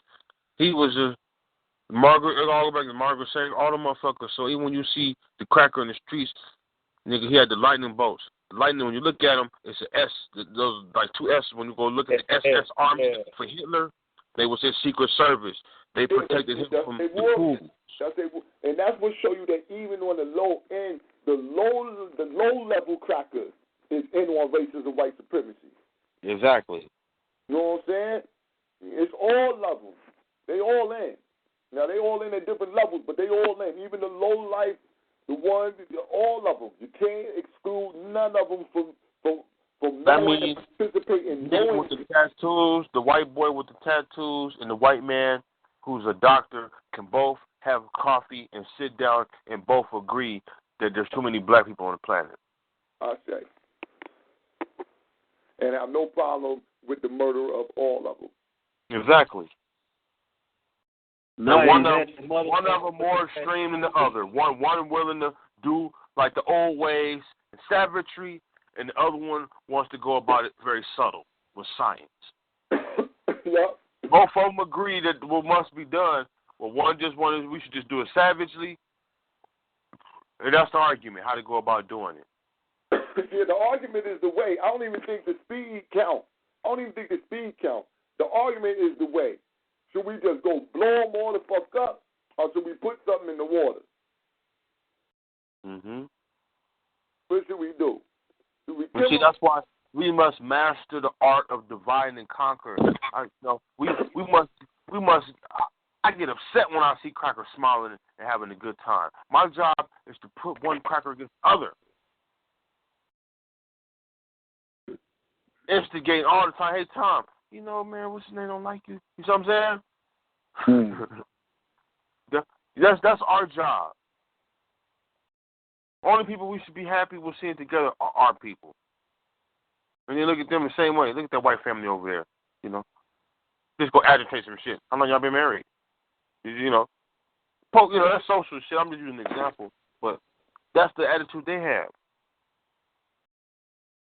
That's the attitude they have when they sit back and they reflect on shit. You know what I mean? And they see a black couple and they grit their teeth.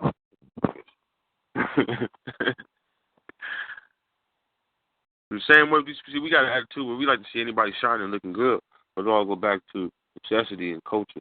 You know what I'm saying? They coaches In order for us to do well, somebody got to be at the bottom.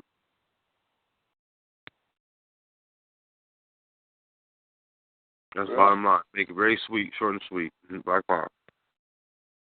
Well, we need a constant lower level. And if we can grow it, it'll be better. You know what I'm saying? If we can grow it, it'll be better. Grow the lower level to capacity so we can get it to where we get full.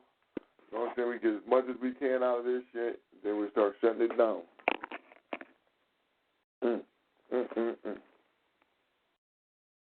Well, I say this, moving on, going back to Bible X. This only can happen when you got a constant fantasy of a reality. And the only way you can be snapped out of this fantasy if you got a grip on history. Brother Mikarai, can I add another category of white boys, man? One that has even been more detrimental, man, has proved to be more detrimental than even the other two, the savage and the motherfucker with the tie. And these are the white boys, man, that have been able to, you know what I'm saying, be able to be accepted by us. You feel me? Oh, yeah. You feel me? Because even though that one single white boy might have gained our respect, might have gained our love, you know what I'm saying? It's dangerous on the wider scale because other white boys see this white boy, you know what I'm saying, and goddamn, this is where you get now the rise of white boys that feel like they can say nigga and this and this. Now they arguing on whether they can. This is where you see the rise of this. You get a where niggas kind of lower their defenses. You know what I'm saying? I mean, cause he all right, like a French Montana, Khaled, DJ Khaled ass, DJ Khaled, DJ Vlad, all these kind of motherfuckers. Yeah. You know what I'm saying? I got you now. Now we combat that. They play on that because they know our history, but we don't know theirs. See, we have a long history of accepting other people. That's African culture, so-called, right? What happens when we do the opposite? See, they can only pull that if you know. What are you saying, Khaled and Eminem can't be accepted in hip hop? And if a nigga who know history, all he got to say is, well, history is showing that African people have integrated many cultures into our own society. So I don't see how me not proving this one individual into this art form. You see what I'm saying? And then we are we've allowed plenty of civilizations and cultures to become integrated within our own. And we see history has told us that at the end of the day, man, we end up losing. We end up losing, my nigga. We end up losing, and we end up becoming weak, my nigga. You end up taking what we got. You know? And you know, and see, okay, Brother Tim, you got a great point there too, because let's get to why in the first place a nigga even fucking with it. Because some motherfucking nigga gonna come and vouch for these niggas. That's what it is. Goddamn right. Every time. That's the only way they can be accepted in anything. Another nigga gotta come and vouch for him, man. And nigga gotta be a real nigga and say, bruh, nigga, I understand you vouching for this white boy because he fucked with you on some shit you went through. And say, man, is he gonna fuck with you like is he gonna fuck with you on the same level and he gonna fuck with black people on his whole? Yo. And that's a real call. That means that's being real. That's saying like, nigga, I can see the white boy fucking with you as an individual, as a nigga. But nigga, I'm fucking with you because you a part of a bigger picture. You part of a bigger army. You see what I'm saying? That's right. That's it. Get that cracker. Yeah, you know, I got your drill, brother Tim. Go ahead. I don't mean to cut your wisdom, brother Mikarai, but this is what the great elder Malcolm X is trying to tell us, man. You know what I'm saying? To internationalize this motherfucking shit, man. You know what I'm saying? Stop looking at it on the individual level, nigga. Look at it from a level of goddamn the African whole. You know what I'm saying? You know, that's on the garbage tip also. But you know, this is what he want us to do. This is why he's taking our shit from a civil rights level to a human rights, you know what I'm saying, level. You did. You want us to internationalize this shit, my nigga.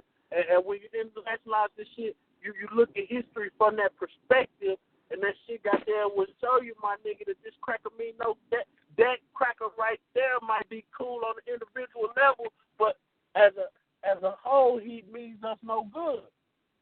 Mm-hmm. He does us no good. Mm-hmm. You judge the nigga for how he did. You know, the nigga may have a whole lot to answer to for fucking over your people and may want to fuck with you as an individual to get some good juju, some good karma. Hell no. You see what I'm saying? Well, one example I would give, I know this is on some whole nother shit, right? But Eminem, right? Eminem down south never got no play. Never, not no nigga. Nigga thought that shit was some goofy shit, right? Until 50 Cent came along, my nigga. Until 50 Cent came along, gave him that vouch, my nigga. Gave him that motherfucking vouch from a hood nigga. He did, you know what I'm saying? This motherfucker, now this, what did this lead to? That's right. So one day, just a couple of weeks ago, I'm having to argue with a nigga. Hey. Goddamn, Eminem been the best rapper ever. Hold up, my nigga. Did you hear what I said, my nigga? Heard you. Total disrespect, my nigga. Total disrespect. I'm having to argue with another nigga about this nigga saying Eminem is the best rapper ever. I'm saying, my nigga, this is our culture, my nigga. How a white boy can ever be the best at anything in this shit? And say, brother, how you gonna mention Eminem name without saying Dre and 50 Cent? Come on, my nigga. I'm just saying, like, even when Eminem came out with Dre. Hey, Benzino said that shit in the magazine. Benzino said Dr. Dre fucked up hip hop when he brought Eminem in the game. Mm-hmm. And he did. Because remember, at that time, niggas were still having album sales off niggas. Remember, they used to send ads in the mail where niggas, like, you can get membership and you can get, like, 12 CDs for, like, $10 a month. Yeah. And niggas was really buying shit.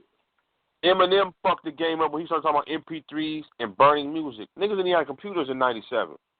Mm-hmm. Yo, listen. You saying that's how Benzino got really boiled out the market, white boiled out the market, because in the Source magazine, because he came out against Eminem, he was like, yo, this is the motherfucking system right here coming in, and he a half white boy, but he was like, yo, this is the fucking system, he's the fucking white man right now. He knew that white man because he had that white blood in him. He said, man, I know these crackers. They coming in to take this shit all the way over. You let this fucking white boy be the head like they talking, it's over for hip-hop. And Trust, he knew that shit. He knew that. And where we at now, bro? Where we at now? All you have to do is look at the condition we in now. He came out with all no money off that shit. He did. But what Eminem did was he broke any fucking boundary, man. He was in videos with wigs on like a motherfucking broad. This nigga was talking about killing this motherfucking girl and making this shit on the video, son. He was able to make a video with his daughter in it about killing their motherfucking mother. That shit crazy, boy. Crazy. They let this motherfucker make the video. What the fuck is y'all talking about, man? You done killed, what's going on here, man? Y'all bugging the fuck out. Y'all allow this to go on? But and from that point, man, what you break something like that? What did they do? They put a protection around this motherfucker where the motherfuckers wouldn't even come out, like you said, and speak against the nigga.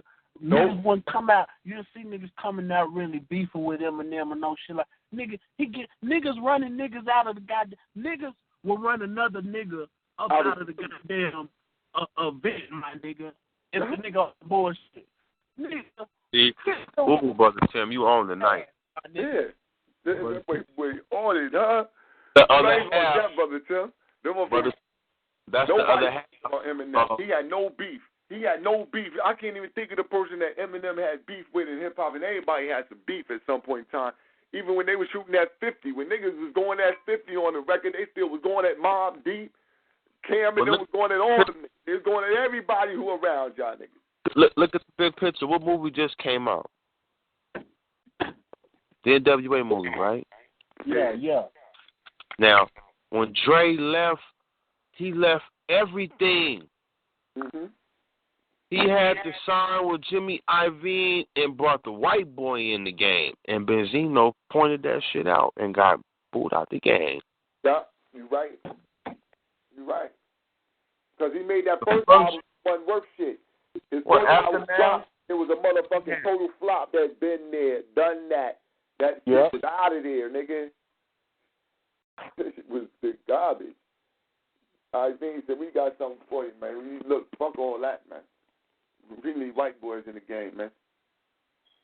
With you, Dre, this #1 hit. Now look. That's. Let's be real, man.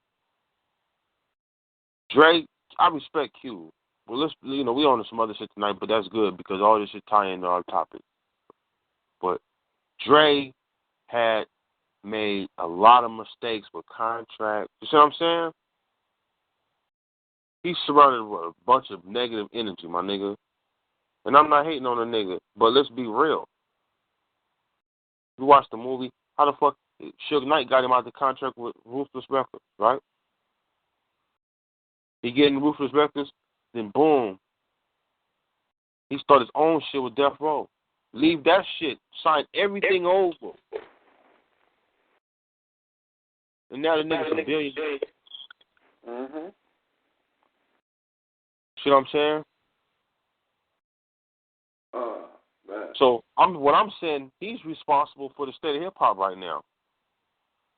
He the only billionaire in hip hop right now. And that story goes even deeper than that. You know what I'm saying? He legitimized the white boy and brought him in the game as the top nigga. And that gave him the access to headphones. They gave him access to these other endorsements that really made him get their money because they couldn't make it off of music. So you can't say Eminem name without saying Dr. Dre. I don't know. But like y'all just said earlier, nigga, that white boy would have had more beef like Slim Jesus would have right now. You see what I'm saying? Niggas ain't going for that shit. Yup. He would have had it just like how Slim Jesus got it when he came out. He'd have got the same business. And only a few people went at him, and anybody, listen, man, you was out. But I want to bring this up too, though, man. This is another thing that fuck niggas out for not being able to really get the money like we should be able to be getting off of our culture, man, in the rap game, man. You know about the 50 Cent and Irv Gotti. You know what I'm saying? That beef brought on the feds coming in raiding Irv Gotti and them place, right? Not only did they raid that, they raided Jay Prince in the South, and they raided the Young Suge out there on the West. What was them boys trying to do at that particular time? What was them 3 men in particular trying to do at that particular time? That's what they was trying to do, distribution. They all got rated the same exact way. Family, exactly, to rival them white boys. Now this one we gotta have to look at Dre as an ultimate race trader, bro. We're gonna have to look at this nigga as one, bro. We're gonna have to look at 50 Cent as one, bro. These niggas had not had our good intentions at heart, my nigga. We knew what they were trying to do. But what were the niggas who snitched trying to do? For water, my nigga. You see the point I'm making? Speak on that shit. Damn. The 2 niggas I'm pointing the finger at, and that shit is 50 and J. Have y'all ever noticed y'all never see them niggas in the same place at the same time doing the same venture nowhere? And Jay was real close to that motherfucking Murder Inc. shit. It was a surprise. Over time, they got money. Dame was in on that. Dame was I'm watching on that. Remember, Dame got hit too. Yeah, I'm watching. I'm on YouTube. and I'm listening to Cameron on the Breakfast Club a while back, right? And Cameron, Cameron was signed to Rockefeller, right? Mhm. You know the Dipset is banned from the 44 Club for life. Yeah. He telling like how what's old boy name? What's the wild nigga that from the Dipset? What's the wild one? They don't act like they wild at some point in time. Who? Jim Jones? They hype man. Keefe, something like that. He in the 40 Club, and he getting getting escorted out by bodyguards, And I'm like, Jay got a lot of. Freaky D, he got escorted out. Now outside of Jay-Z, when Cam first joined, he was the only platinum nigga on Rockefeller. Dame from Harlem too. Harlem niggas is flamboyant, but let's be real, Harlem niggas is flamboyant because what's the history of Harlem? Malcolm X died in Harlem, right? You can go on YouTube. They called Harlem was the Negro Metropolitan. Yeah, it's the Mecca, man. It's always been the black, like, you know what I'm saying? That's where black people at. Harlem is the motherfucking black capital of the world. Like, Harlem. Come to Harlem, you're going to see black everything. Now, this is something to think about. Why did Jay move? I ain't never been to New York, but nigga, I study. I ain't no dummy. Why did Jay bring, the Nets to Brooklyn and not to Harlem? And I'll tell you this, ain't nowhere to put him in Harlem. Ain't nowhere to put him in Harlem. You can't open up some parts of Manhattan? The way that shit, ain't nowhere to put him at. I couldn't even see where you could put him at in Harlem. How they put him in? What got knocked down in Brooklyn for the new Brooklyn building? And then where the Nets playing? That's a new stadium, ain't it? Yeah, it's a new stadium, but it was already an old stadium that was there a long time ago. So they took some more of the land and shit from the people, but it was already some older shit already there. Because remember, Brooklyn. Okay. Let me ask you a question. They still had Harlem the same size as it is now, as it was, like when Malcolm X was coming to Marcus Garvey days. Is Harlem the same size? Yeah. What you mean, like population-wise? No. You mean you mean like land-wise? Land-wise. It's always been. It ain't grew no land or took none away. Always been the same part. Yeah. Harlem started 110th Street. Always. When you look and you see the gentrification that's taking place in Harlem. Oh yeah, no, it's going down. But because they turn Harlem to a part of this, it's going to be Manhattan. It's just going to be. That's what I'm saying. How big was Manhattan back then? When Manhattan was a lot smaller, huh? Yeah, now Manhattan, like all of it is really Manhattan. Harlem is really Upper Manhattan. Like when you look at it, it's the whole thing is Manhattan. The whole island is Manhattan. You know what I'm saying? And Harlem is just the upper part of Manhattan. From 110th Street up is called Harlem, where the black people at. Okay. It's still Manhattan. It's still Upper Manhattan. And, like, they wouldn't build, that's what I'm saying, like, why build a stadium? You already got, the Garden is on the island already. The Garden is there. That's the New York. Garden is in Manhattan? And Brooklyn already got the Mets there. They got the Mets out there, you know what I'm saying? So the Garden is in Manhattan? Yeah, the Garden is in Manhattan. The Knicks play in Manhattan? Yeah. Okay. So you want to bring the Nets there because that's just going to be another team right in Manhattan. Yeah. LA got it. I'm saying LA bigger than fucking Manhattan. LA got way more fucking space than Manhattan. Manhattan is an island, man. It's really a little island. You can drive the whole. Manhattan compared to LA would be comparing downtown LA to Manhattan. That's what they're trying to make downtown LA look like. Black Power, Byron. Black Power, see. Black Power. What's up, man? I bet I mean to just cut in like that, though. Yeah, nah, but you gave them good, you know what I'm saying? You let them know something that I couldn't let them know.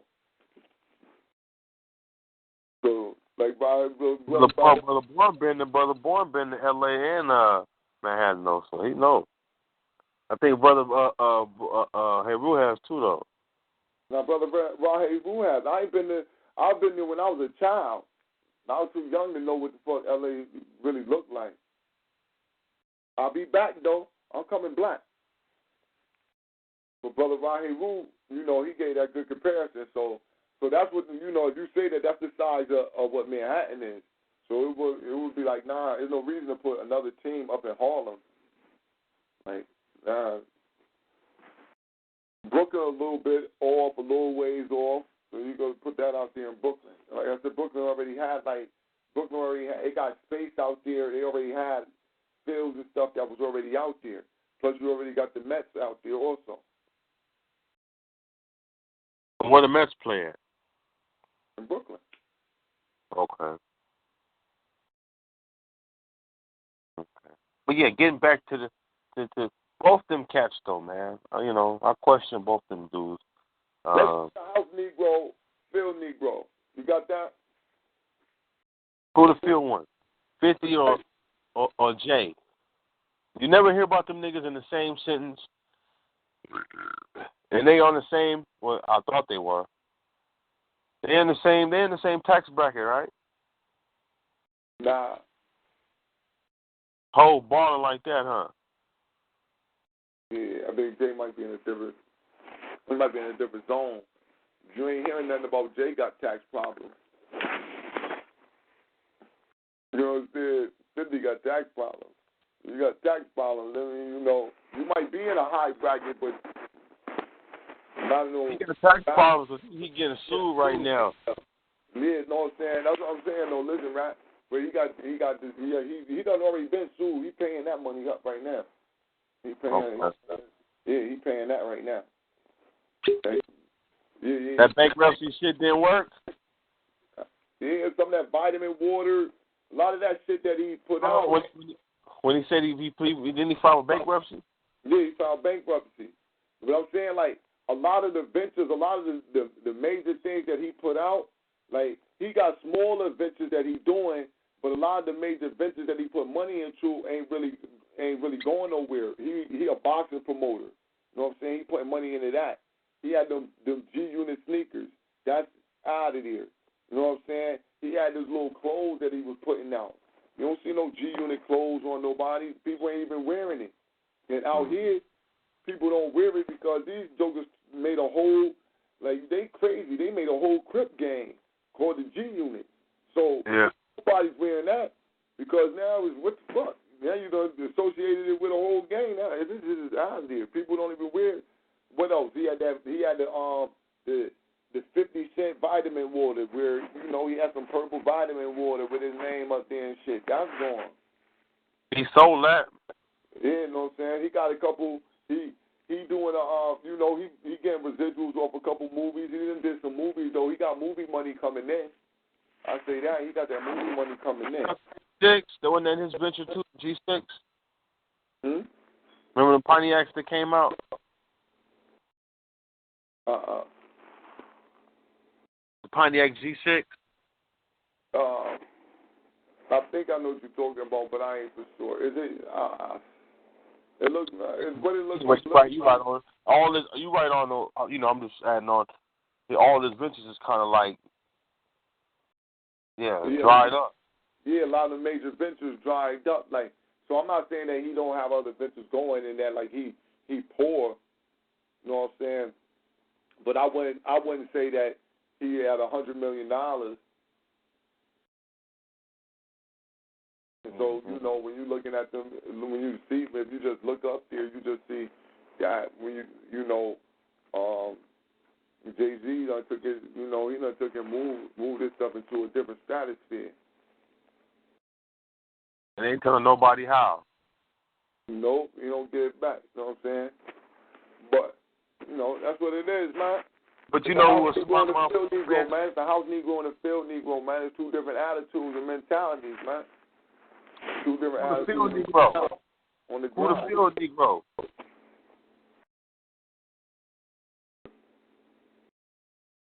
Who would you say the field Negro is?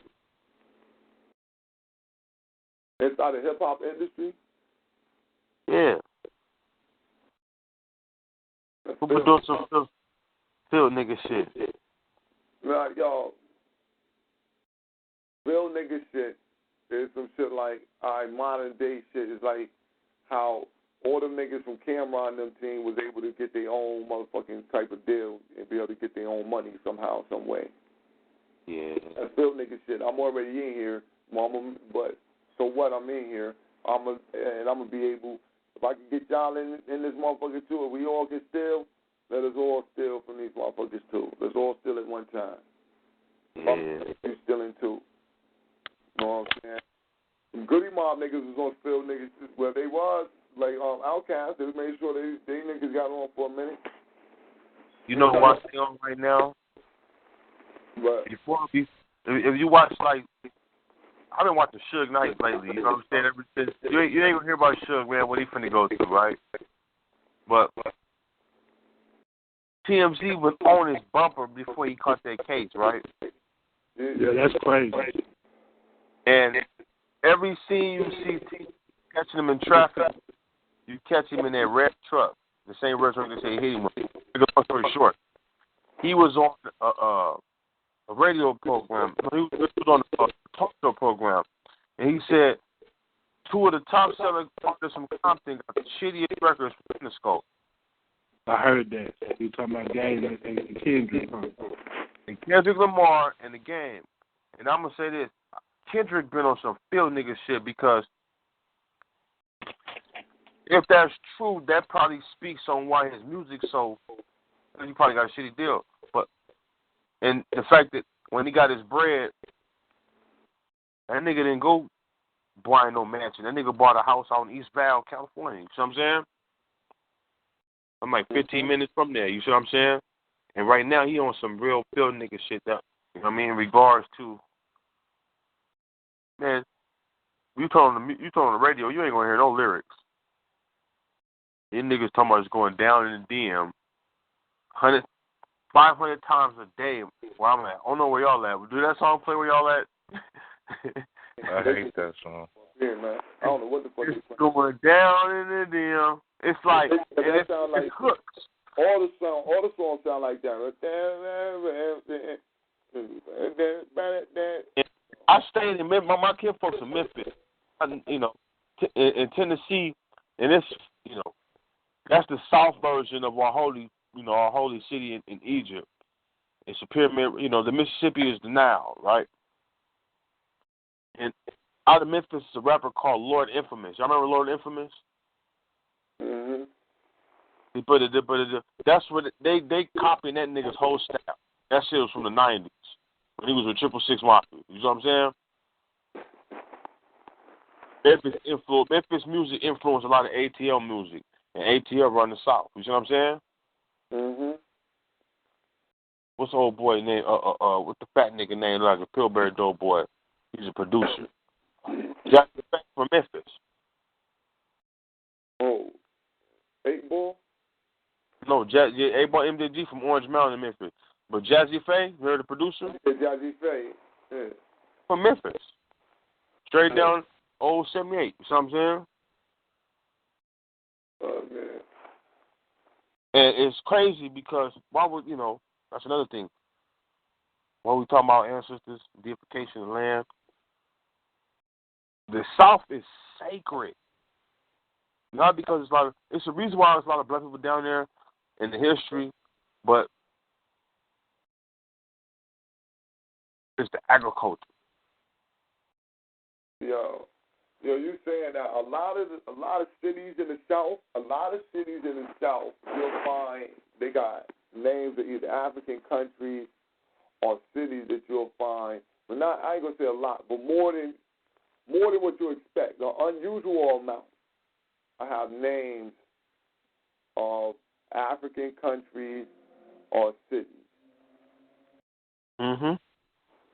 Going through that Mississippi Valley, you know what I'm saying? Like where you at, brother, born in Connecticut, the Iroquois Indians. When you look at the Iroquois Indians, all the way down to the region of the Ohio Valley Indians,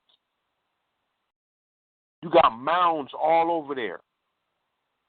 Mm-hmm. Why you don't have solid brick pyramids is because of the geography. Ain't no stone. Ain't no stone there. Ain't no stone. The Connecticut mad important because, like, it was a place they wanted to be at because Connecticut is natural, got stone here. Mhm. You know what I'm saying? A lot of stone. We had a show a while back. I think you remember but right where you at, there's an old river. Native Americans have been gathering shellfish from that region from Paleolithic time. You see what I'm saying? In my opinion, I ain't seen all of America, but in my opinion, all universities, all landmarks that the European have chosen are demarcations of sacred ground by native people here in this country that served as military points later. Am I making sense? I have to take a look and see. Where you at, New Haven? Where the university is at? The university, they don't build shit by coincidence. Yeah, that's what I'm saying. Yeah. The European likes to take our cultural centers and turn them into universities. You see the point I'm making? Mm-hmm. This is what's holy land for your people. That the white man be having, you know, like the white man believe in ley lines and shit like that. Right, like the University of California State Tribunal I went to. It lies very strategically by the San Andreas Fault, overseeing old lands of the surrounding Indians. You see what I'm saying? They even got land. They even got missionaries. They even got missionaries preserved from the 1800s and shit. You know what I'm saying? You see what I'm saying? Mhm.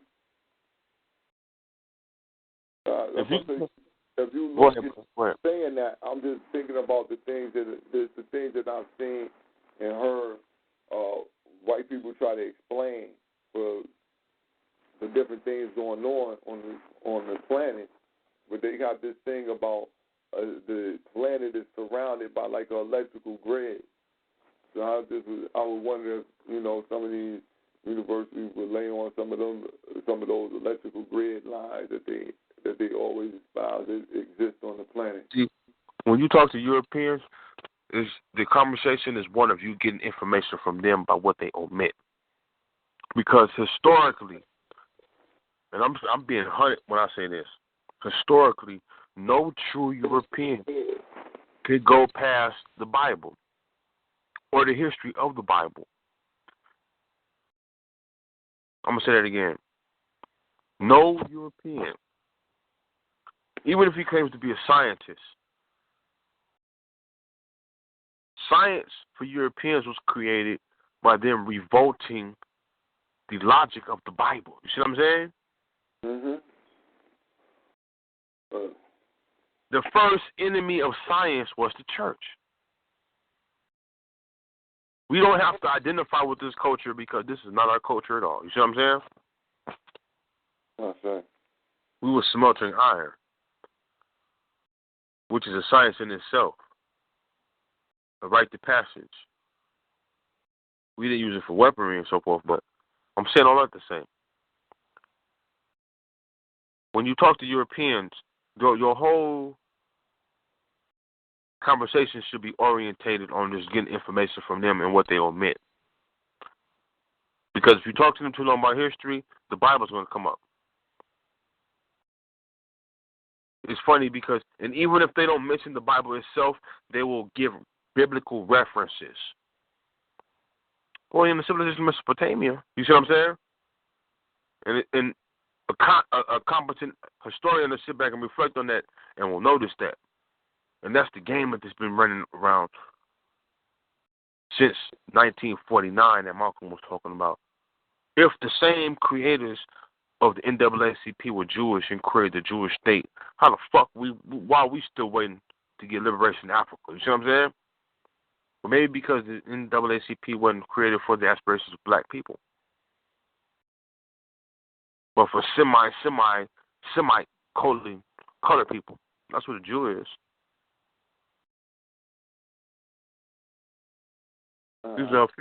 He's a fifth generation. You see what I'm saying? But somewhere in there, you got somebody of color to stop. You see what I'm saying? Mm-hmm. When you saying that, Brother Minkaron, I want to touch this piece real quick for our Brother Malcolm real fast. Yeah. I'm going to hit this piece real fast. So, Connor, what is your real name? Malcolm X. Is that your legal name? As far as I'm concerned, it's my legal name. Have you been to court to establish the I didn't have to go to court to be called Murphy or Jones or Smith.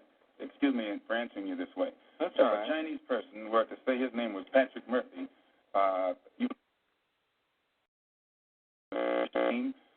European name or the name that has a Caucasian or white background. And a yellow person, Chinese is a yellow man, and he has nothing to do or no connection whatsoever with the name Murphy. And if it doesn't look proper for a person who is yellow or Chinese to be walking around named Murphy or Jones or Johnson or Bunch or Powell, I think it would be just as improper for a black person or the so-called Negro in this country, as we're taught by the Honorable Elijah Muhammad to walk around with these names. And therefore, he teaches us that during slavery, the same slave master who owned us put his last name on us to denote that we were his property. So that when you see a Negro today who's named Johnson, if you go back in his history, you'll find that he was once his grandfather or one of his forefathers was owned by a white man who was named Johnson. His name is Bunch. His grandfather was owned by a white man that was named Bunch. Would you mind telling me what your father's last name was? My father didn't know his last name. My father got his last name from his grandfather, and his grandfather got it from his grandfather, who got it from the slave master. The real names of our people were destroyed during slavery. Was there any line, any point in the genealogy of your family when you did have to use the last name? And if so, what was it? The last name of my forefathers was taken from them when they were brought to America and made slaves. And then the name of the slave master was given, which we refuse. We reject that name today. You mean you won't even tell me what your father's supposed last name was or gifted last name was? I never acknowledge it whatsoever. Let me ask you about the status of Elijah Muhammad. First of all, is he ill? I spoke to him today. He is in better health than he has been. He's suffering from asthmatic bronchitis. Is that why he didn't attend your rally on last Tuesday? The only reason that he didn't attend was his ill condition, and the weather here, especially on that particular day, was of such nature that it would have been almost insane for him to come.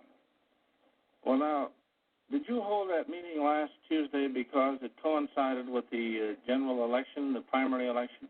I think if you study the history of Mr. Muhammad's work and religious work in this country, we've had our convention on February the 26th every year for, I think, the past 33 years. Well, now, while you don't care to discuss your former name or the name that the slave master gave to your antecedents, it is a matter of record that Muhammad's last name was Poole, Elijah Poole. No, that's the name that his slave master gave to his grandfather or great-grandfather, but that's not his name. Well, his mother and father thought when they called him Elijah Poole that was his name. They didn't know any better. Well, if they didn't know any better or not, they thought that was his name. Yes, sir, but, sir... What I'm trying to find out is when did he cease to be Elijah Poole and get to be Elijah Muhammad? In 1931, I think it was, in Detroit, he was taught the true history of our people and made aware at that time that he was wearing an English name, and by not being an Englishman, he looked out of place. And his teacher gave him the name that he's wearing today. Muhammad, Elijah Muhammad. All right. Now, when did he become what he purports to be in your literature, the son of Allah? I've never heard the Honorable Elijah Muhammad referred to as the son of Allah. The prophet of Allah. I've never heard him referred to as the prophet of Allah. What do you refer to as? Messenger of Allah. All right, the messenger of Allah, and I appreciate the correction. Yes, he says that a prophet is somebody who predicts the future, and he's not predicting the future, whereas a messenger is someone who carries a message that has been given to him by one who authors that message. Well, now, who gave him the message, and to whom is it supposed to be delivered? Master W.F. Muhammad, the one who taught him, is the author of the message. He gave it to the Honorable Elijah Muhammad, which makes him the messenger. And he's to deliver that message of truth and righteousness to the 20 million American so-called Negroes, which means he's to teach us the truth, which will awaken us, and then show us how to live a life of righteousness, which will automatically qualify us for recognition as human beings by all other righteous human beings here on this earth. Well, now, one other question. With reference to what Mr. Hurlbut asked you a little bit ago, you took a very moderate position of wanting independence without having any hatred for the whites. Do I understand that correctly? Hatred is not involved in it whatsoever. Well, I recall in a recent plane crash, 2 or 3 years ago, or less than that, a charter flight on Air France in which a group of people from Atlanta, Georgia, were, as they say in the business, as they took off from Orly Field. And you were quoted at that time as expressing great gratification that this tragedy had occurred. Do you recall that? I recall it. What did you say? Do you remember? The press misinterpreted it and misrepresented it. What did you say? They said that it was made at a Muslim meeting. It wasn't.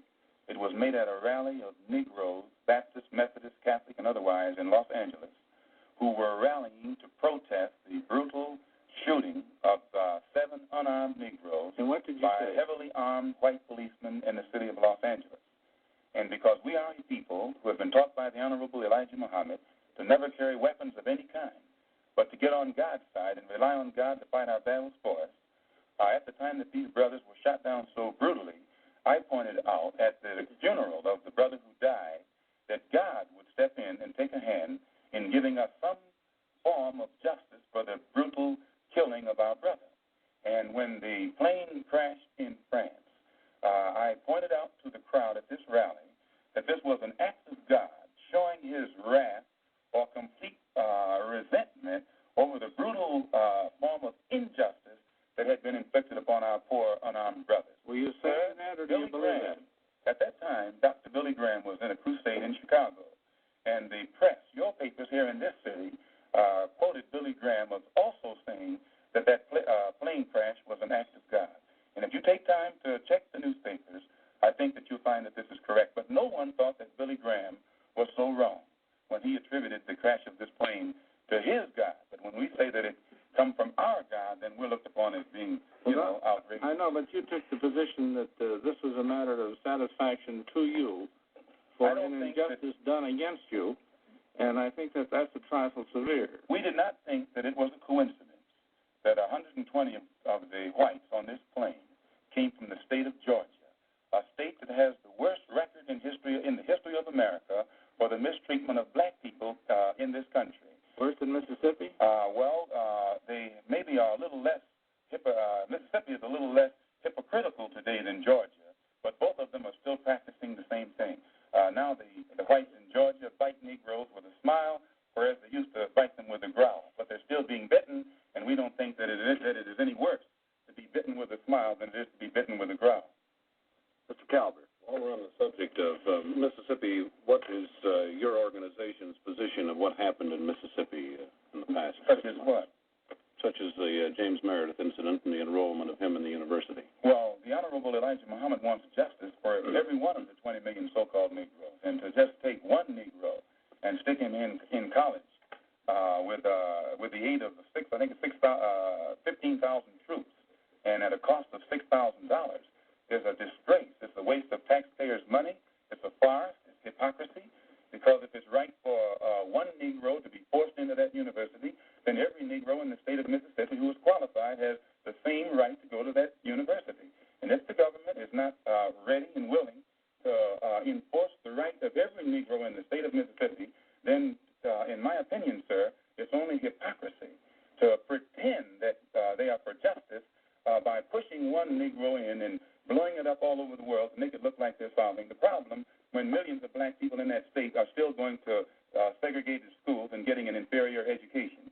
Does your organization encourage members to attempt to enter schools that have been known as all white? The Honorable Elijah Muhammad doesn't discourage us from attending white schools, but he does say that it is better for us to go to our own schools. And after we have a thorough knowledge of ourselves, of our own kind, and racial dignity has been instilled within us, then we can go to anyone's school and we'll still retain our race pride, our racial dignity, and we will be able to avoid the subservient inferiority complex that most Negroes have or that is instilled within most Negroes who receive this sort of integrated education.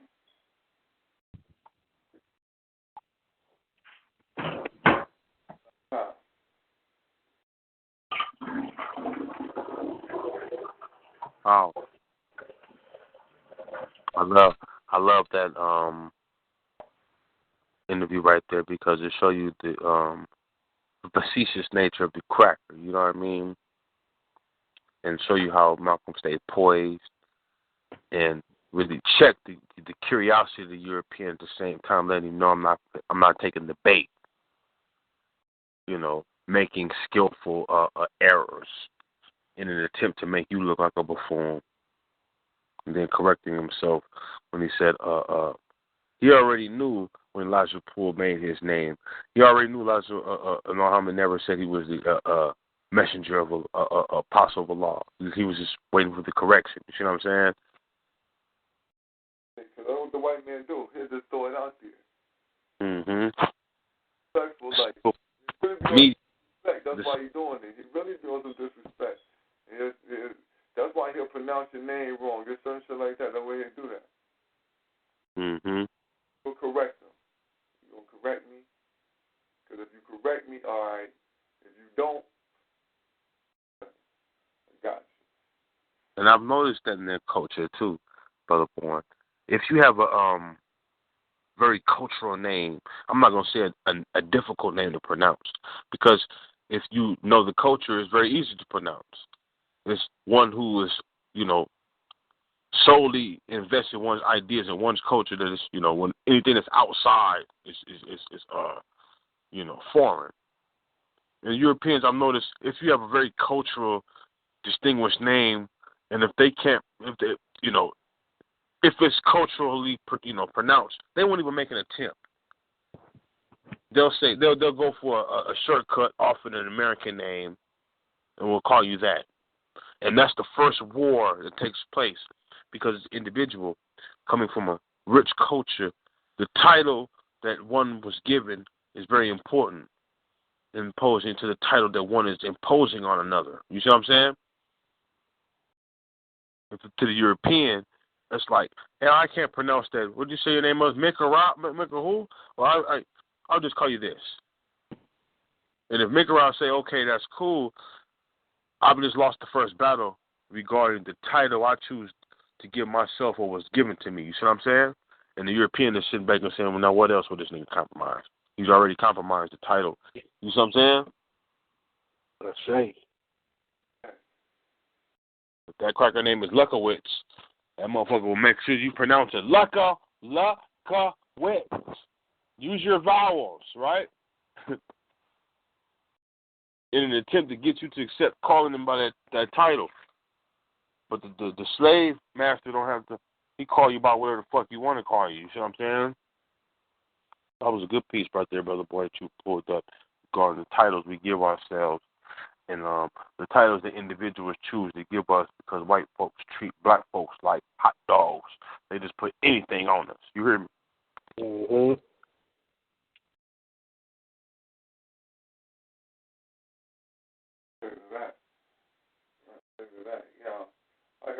I got another clip that I wanted to play, man. It got a little bit of time on it, and that's the House Negro and the Field Negro. And I really got two clips that I want to play, because I want to play Afraid. I got one too when you get through. regarding Malcolm exposing the Nation of Islam pact with the KKK, and Malcolm pointing out that you won't find no African teachings in the Nation of Islam. So when you get through, let me know, and I'll play that. I would like to know, do either one of y'all have the speech that Malcolm made after the bombing on his house, man? You know what I'm saying? It's the speech where he put to rest all that bullshit about how he supposedly changed his ideology on his way back from his what do they call it in Muslim in Islam? He go to Mecca. Right. Yeah. I don't. We can pull that up, but we do touch on that in this speech where he talk about the Nation of Islam pact with the KKK, and he go into a lot of shit dealing with the misleading information regarding. You can never say that the Nation of Islam is an African or pro-African organization.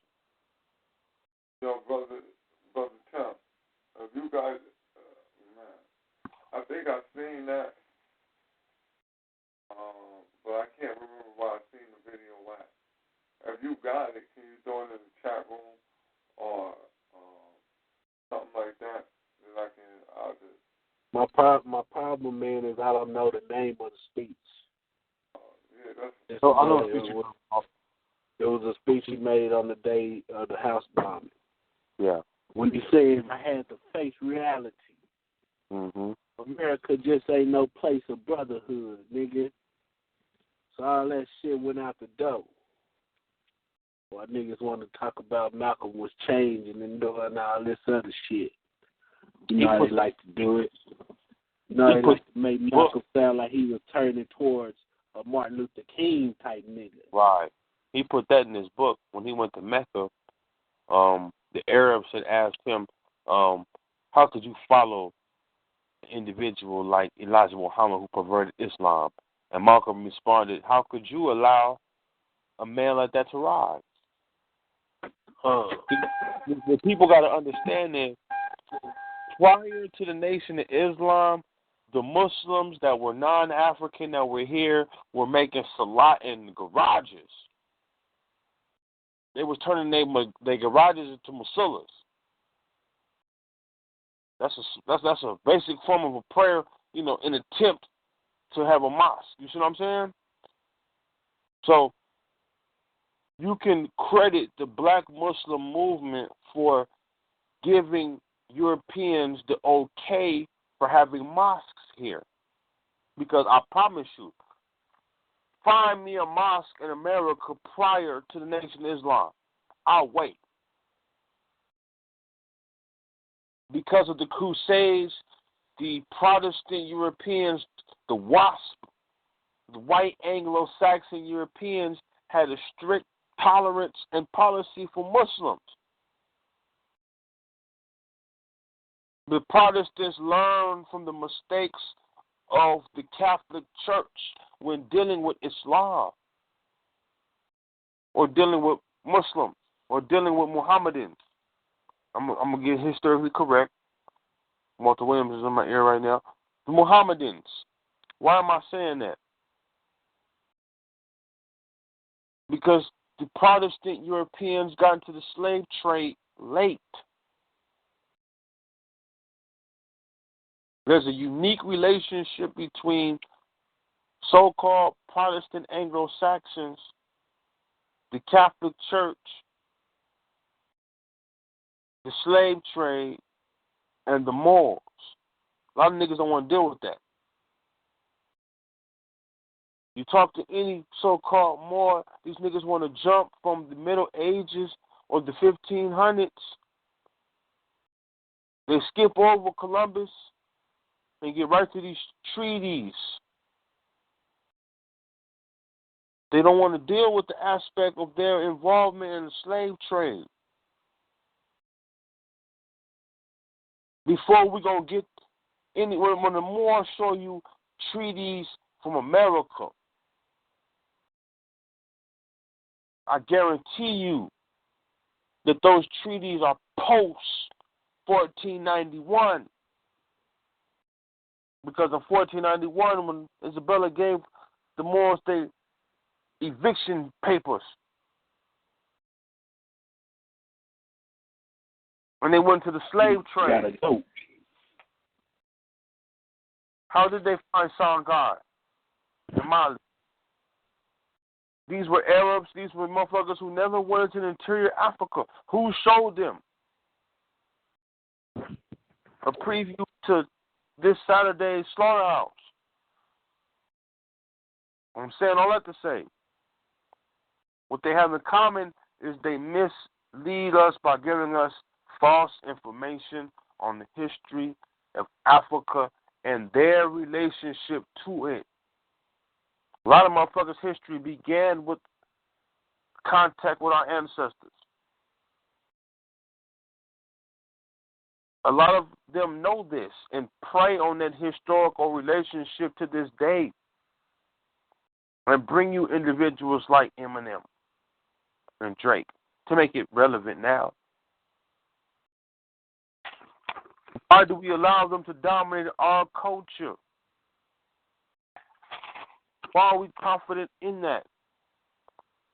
Why have we been convinced that we cannot produce anything, manage anything, own anything? Why is success based on a contract relationship with our enemy?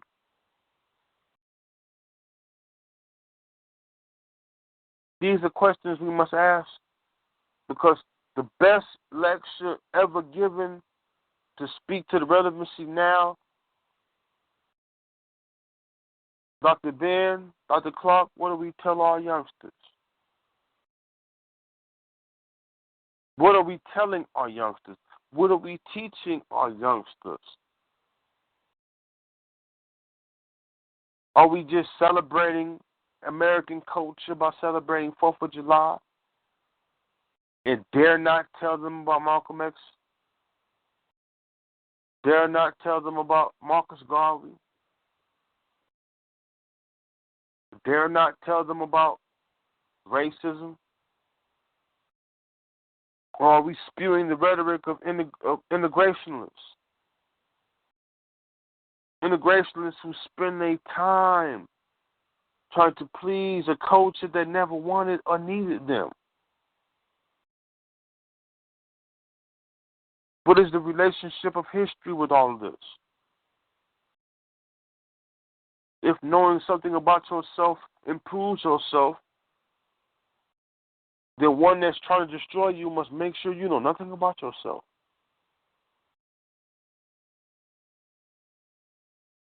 This is Mikra X just spewing some rhetoric on Think Tank Thursday, but these are some things we may want to consider. Black Power.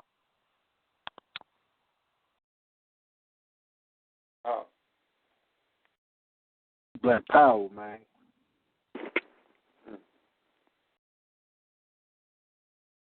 The clip I want to play, man, it's a couple minutes. So how long is your clip? Our clip is kind of short, but it's going to get right to the point.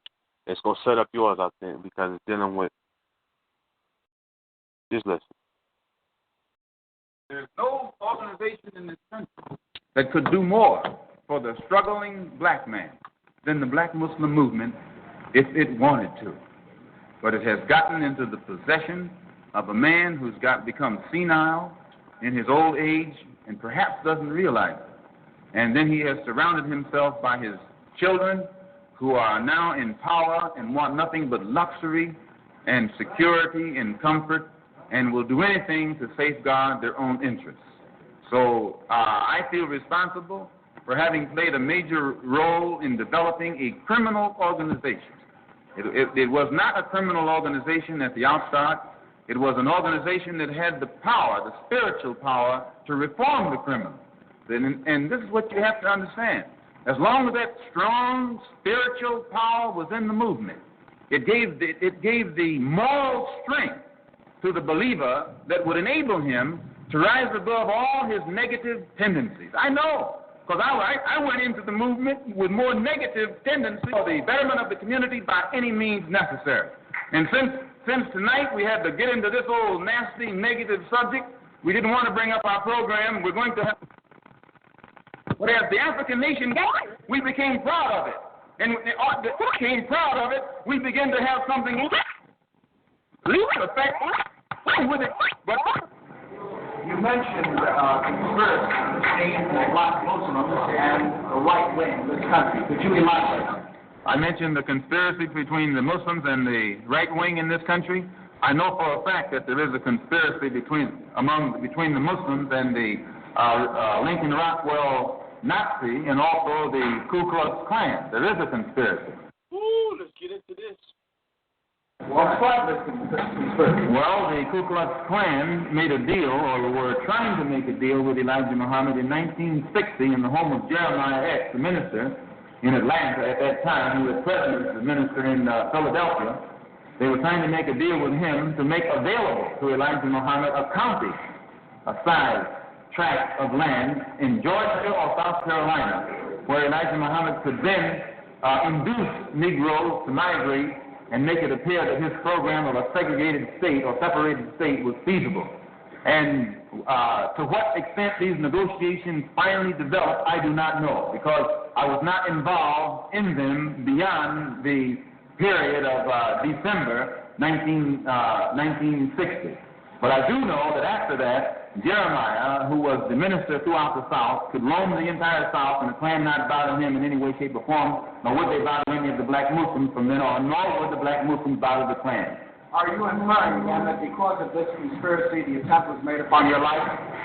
The attempt could have been made upon my life. Are you inferring that because of this conspiracy, the attempt was made on your life? Not necessarily that conspiracy. The attempt was made upon my life because I speak my mind and I know too much, and they know that I will speak it whether they like it or not.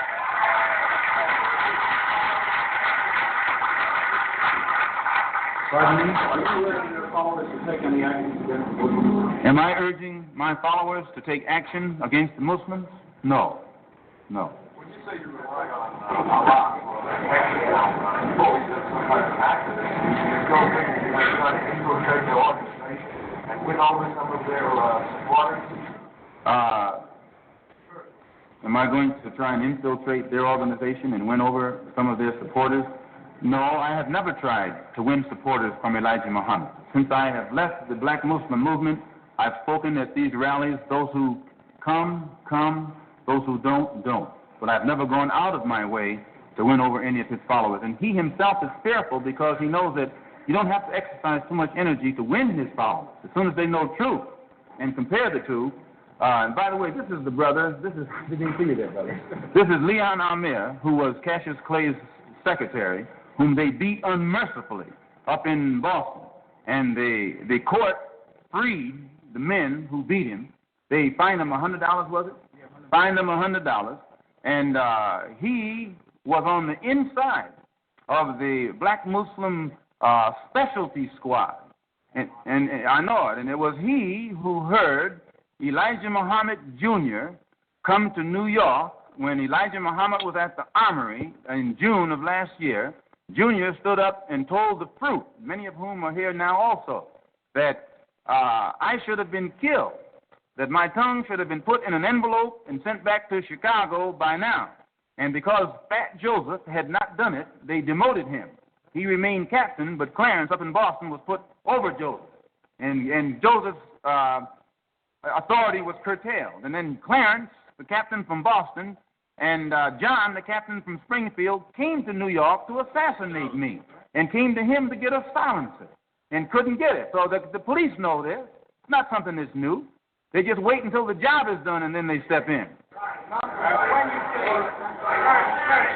you know that Elijah Muhammad was behind this? Yes, now, Elijah Muhammad called all of his officials, national officials, to Chicago in October and ordered them to kill or maim any of his followers who leave him to follow me.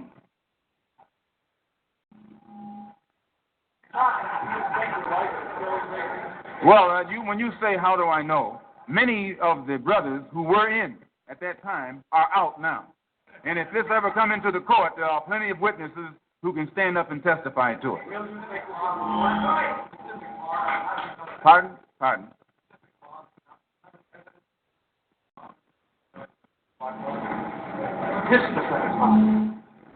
I'd rather not say at this time. When you say you know too much, what do you mean?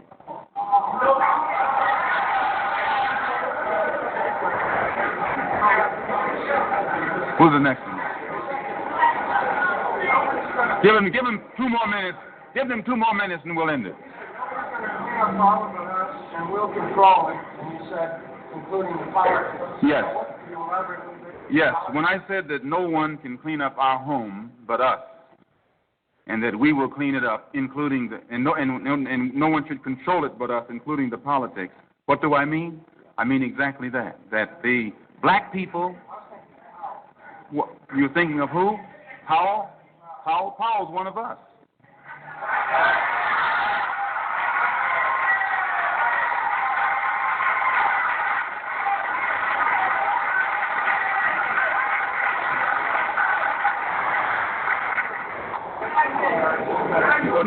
No, he's not a member of our organization, but when I say he's one of us, I mean he's one of the family. And no one outside the family can get us to talk about him. If we talk about him, we talk about him within the family. But nobody outside the family can instigate us against Powell.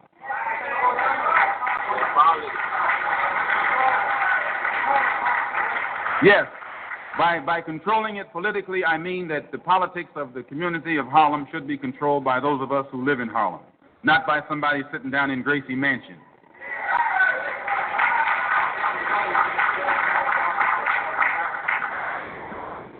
Sir? No. But the Organization of Afro-American Unity intends to get involved in every kind of action that's going on in New York City.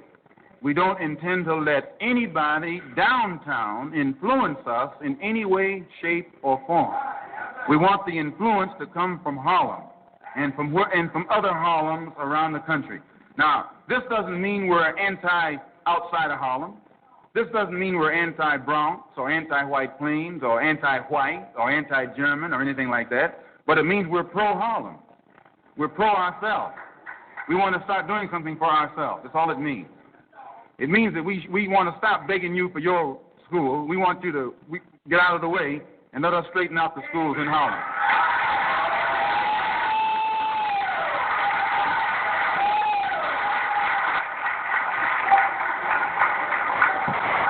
Yes, sir. You said so from tonight on, there will be a hot time in the old town. I just answered it when I said from tonight on there'll be a hot time in the old town. I answered it when this gentleman over here asked. It's a song that we used to sing. An implication, an implied threat. I never imply any threats to anyone. I'm a Muslim. My religion is Islam. It's a religion of peace. And sir? Yes, I do believe there'll be further attempts on my life. I know them. They're foaming at the mouth. The rank and file Muslim means well. It's those at the hierarchy who are living off the fatted calf who don't mean well. And this coming Sunday at 2 o'clock, as I say, our program will be unfolded. Elijah Muhammad knows he has done some good things, and he has done some bad things. He knows that if he had wanted to, he could have united our people with the Muslim world just by teaching the right religion of Islam. He could have done so. The entire Muslim world would have accepted him. As it is now, the Muslim world has rejected him. He can never go into the Muslim world saying that he's a prophet or that Allah came over here in the flesh. They would cut his head off if he said that over there. I mean, he knows this. None of his followers can go over there without denouncing him. It's impossible for them to go to Mecca or any other place unless they ascribe to Islam as it is ascribed to over there. So he was in a position to unite us with the Muslim world, those of us who are Muslim. He was also in a position to unite us with Africa. But you cannot read anything that Elijah Muhammad has ever written that's pro-African. I defy you to find one word in his direct writing that's pro-African. You can't find it.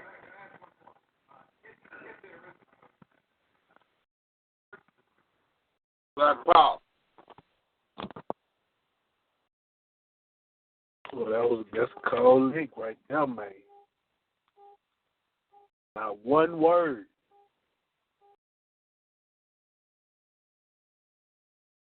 Asiatic black man. Asiatic black man. Weird. Take our mind completely off Africa. Where? I don't know nothing. Never heard of it. Talk to niggas who are Moors now and all that shit. It would be more. You will see. It will be easier to see Malcolm X at a Red, Black, and Green convention at the age of 75, like Walter Williams, on some Red, Black, and Green, than to see him at a Muslim convention. You see what I'm saying? He was more African than he was Islam. He left the Nation of Islam to identify with 22 million blacks who weren't Muslim. You see the point I'm making? I say. He was a man. Islam was working for him as an individual. But individualism is one of preference, what you prefer and what you don't prefer. And some of our black people may not prefer Islam. And here this man was willing to go outside of his comfort zone, which was his preference of mode, which is Islam, to touch the mind of non-Muslims who identify with him because of the social class and the race and the historical relationship with Africa. You see what I'm saying? Mm-hmm. So for individuals who will say, well, Malcolm was a Muslim. Malcolm was a lot of things. And as a black man in America, you will be a lot of things. But in the end, if you can stand up tall and have your feet on the ground and be a successful man who can call himself an African, or just admit you African, you got niggas who running from that word. You see what I'm saying? I'm an Asiatic black man. Okay, well, you use the word black. Where did the black man come from? Who's in Asia? You see what I mean? They will still fight you. So for him to know Africa first, it proves Dr. Clark's point when Dr. Clark said that history is a compass. You know what a compass is. We use a compass every day when we're looking for directions, trying to get to a location. And history is that compass. History tells us who we are, what we must be, and where we must go. If the individual's compass is not placed on Africa, has been the center mark of demarcation, then they are priests of confusion, sent here to confuse us. But there's a growing number of us who know history, who are claiming the legacy of antiquity and won't stand for mythological pseudo-scholarship rooted in fraternity, brotherhood. You niggas is no better than Jesse Jackson hanging in the conscious community. Speak up. And won't brag about your, I would like to brag about having made contact with an African culture and tying to it than to show credit to a Masonic brotherhood that was created off the backs of European women.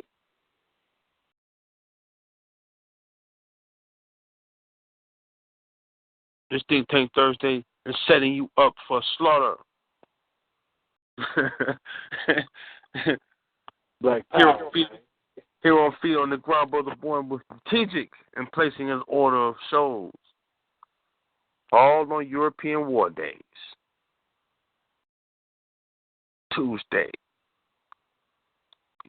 Thursday, Thor Day, Saturday. So it's very monumental that even though the cracker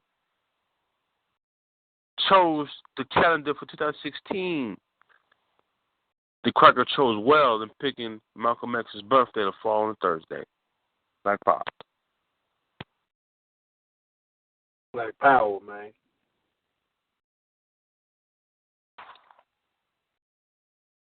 Black Power, family. Sorry, Power. Yeah, I just found out that Dr. Clark was with Malcolm X at that time when they formed that, Malcolm X formed that new group.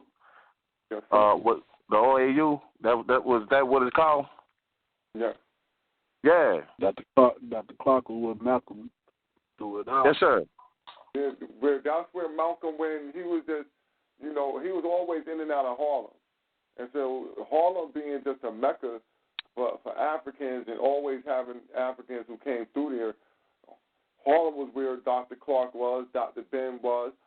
They were doing their thing. They was out and about also with the people. So when so since they was out and about doing their thing, they were creating groups that were study groups and things of that nature to help Africans out. And so, once Malcolm really departed from the Nation of Islam, that was who he really rolled with, was Dr. Clark. And he also mentored Kwame Nkrumah. Yes, sir. He dealt with Kwame also. Right, Pop. I don't know. Yeah, I don't. Nah, there's no. Damn, I'm trying to think it though. I got a speech where he even mentioned that, but I can't recollect right now.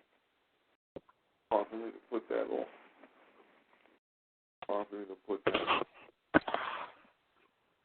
But let's see. Hold on. With that being said, do anybody got anything else to add on?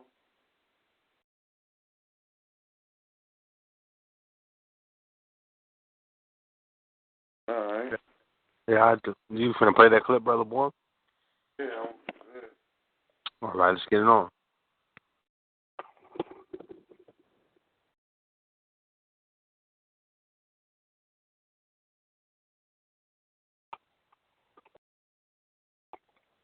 To understand this, you have to go back to what young brother here referred to as the house Negro and the field Negro, back during slavery.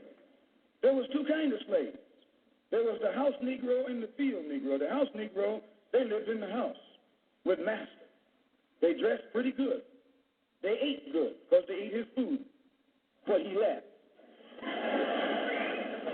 They lived in the attic or the basement, but still they lived near their master. And they loved their master more than the master loved himself. They would give their life.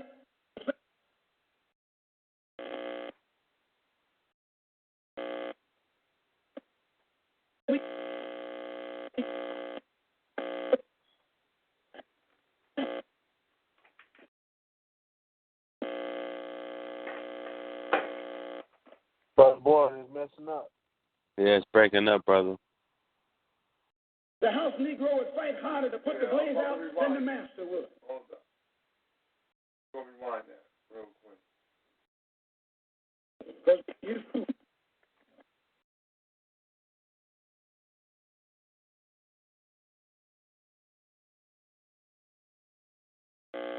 The master more than the master loved himself.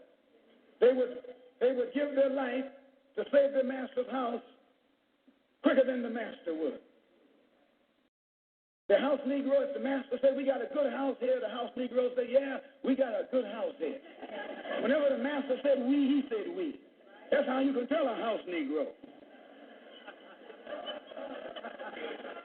If the master's house caught on fire, the house Negro would fight harder to put the blaze out than the master would. If the master got sick, the house Negro would say, what's the matter, boss? We sick. We sick.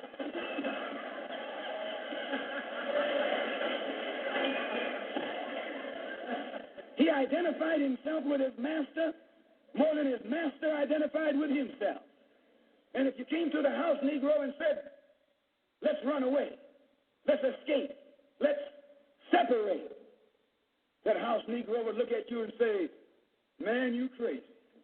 What you mean separate? Where is there a better house than this?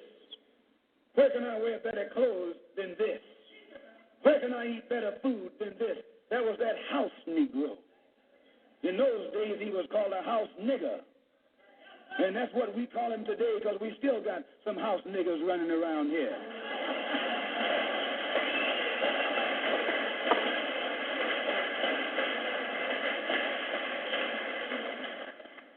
This modern house Negro loves his master.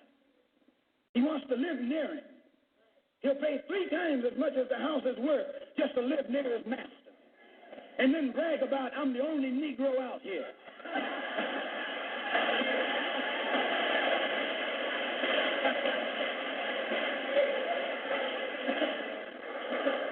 I'm the only one on my job. I'm the only one in this school. You're nothing but a house Negro. And if someone comes to you right now and say, let's separate, you say the same thing that the house Negro said on the plantation. What you mean separate? From America? This good white man? Where you going to get a better job than you get here? I mean, this is what you say. I ain't left nothing in Africa. That's what you say while you left your mind in Africa.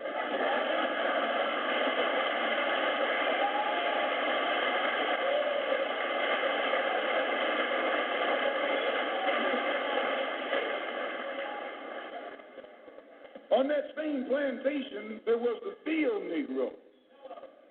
The field Negro, those were the masters. There was always more Negroes in the field than there was Negroes in the house. The Negro in the field caught hell. He ate leftovers. In the house, they ate high up on the hall. The Negro in the field didn't get nothing but what was left of the insides of the hall. They call them chitlins nowadays. In those days, they call them what they were, guts. That's what you were, a gut eater. And some of you all still gut eaters.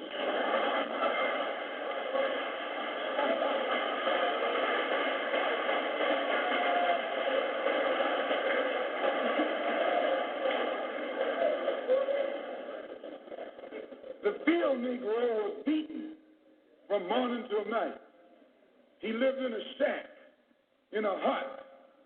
He wore cast-off clothes. He hated his master. I say he hated his master. He was intelligent. That house Negro loved his master. But that field Negro, remember, they were in the majority. And they hated his master. When the house caught on fire, he didn't try and put it out. That field Negro prayed for a wind, for a breeze. When the master got sick, the field Negro prayed that he died. If someone come to the field Negro and said, let's separate, let's run, he didn't say, where are we going? He said, any place is better than here.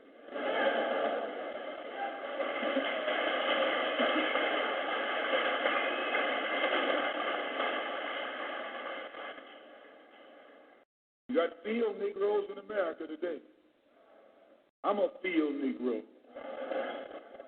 The masters are the field Negroes. When they see this man's house on fire, you don't hear these little Negroes talking about our government is in trouble. They say the government is in trouble.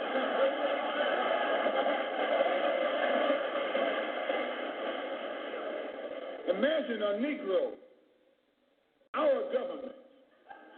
I even heard one say, our astronauts. They won't even let him near the plant. And our astronauts, our Navy, that's a Negro that's out of his mind. That's a Negro that's out of his mind. Just as the slave master in that day used Tom, the house Negro, to keep the field Negroes in check. The same old slave master today has Negroes who are nothing but modern Uncle Toms, 20th century Uncle Toms, to keep you and me in check, keep us under control, keep us passive and peaceful. in nonviolence. That's Tom making you nonviolent. It's like when you go to the dentist and the man is going to take your tooth. You're going to fight him when he starts pulling. So they squirt some stuff in your jaw called Novocaine to make you think they're not doing anything to you. So you sit there and because you got all that Novocaine in your jaw, you suffer peacefully.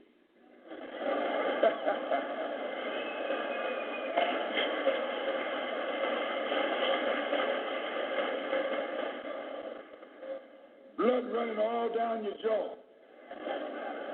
And you don't know what's happening. Because someone has taught you to suffer peacefully. The white man do the same thing to you in the street. When he want to put knots on your head and take advantage of you and don't have to be afraid of you fighting back, to keep you from fighting back, he get these old religious Uncle Toms to teach you and me. They're just like Novocaine, suffer peacefully. Don't stop suffering, just suffer peacefully. As Reverend Cleave pointed out, let your blood flow in the streets. This is a shame. You know, he's a Christian preacher. If it's a shame to him, you know what it is to me.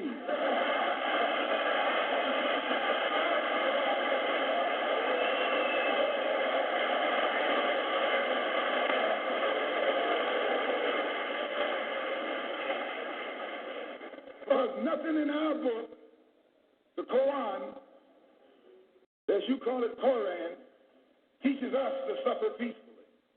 Our religion teaches us to be intelligent, be peaceful, be courteous, obey the law, respect everyone.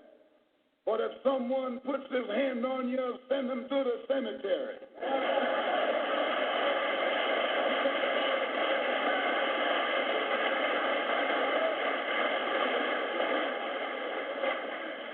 That's a good religion. In fact, that's an all-time religion.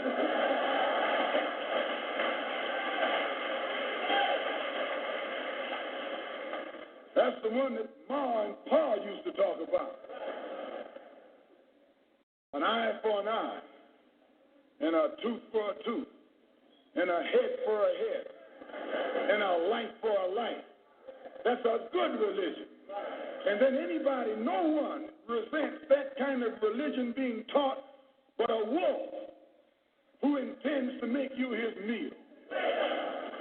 This is the way it is with the white man in America. He's a wolf, and you a sheep.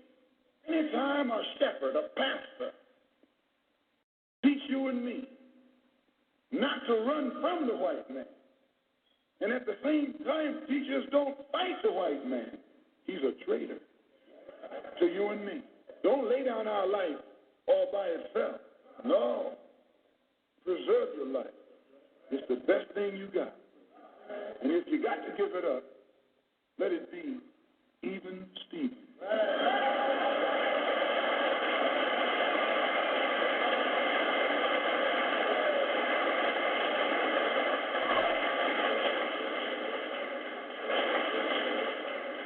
The slave master took Tom and dressed him well and fed him well and even gave him a little education. Gave him a long coat and a top hat and made all the other slaves look up to him. Then he used Tom to control them. The same strategy that was used in those days is used today by the same white man. He take a Negro, so-called Negro, and make him prominent. Build him up. Publicize him. Make him a celebrity. And then he becomes a spokesman for Negro and a Negro leader.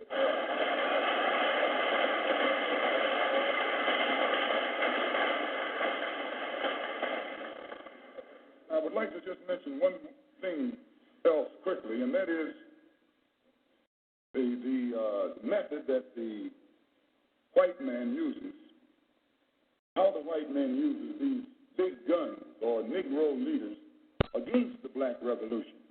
They're not a part of the black revolution. They're used against the black revolution. When Martin Luther King failed to desegregate Albany, Georgia, the civil rights struggle in America reached its low point. King became bankrupt almost as a leader.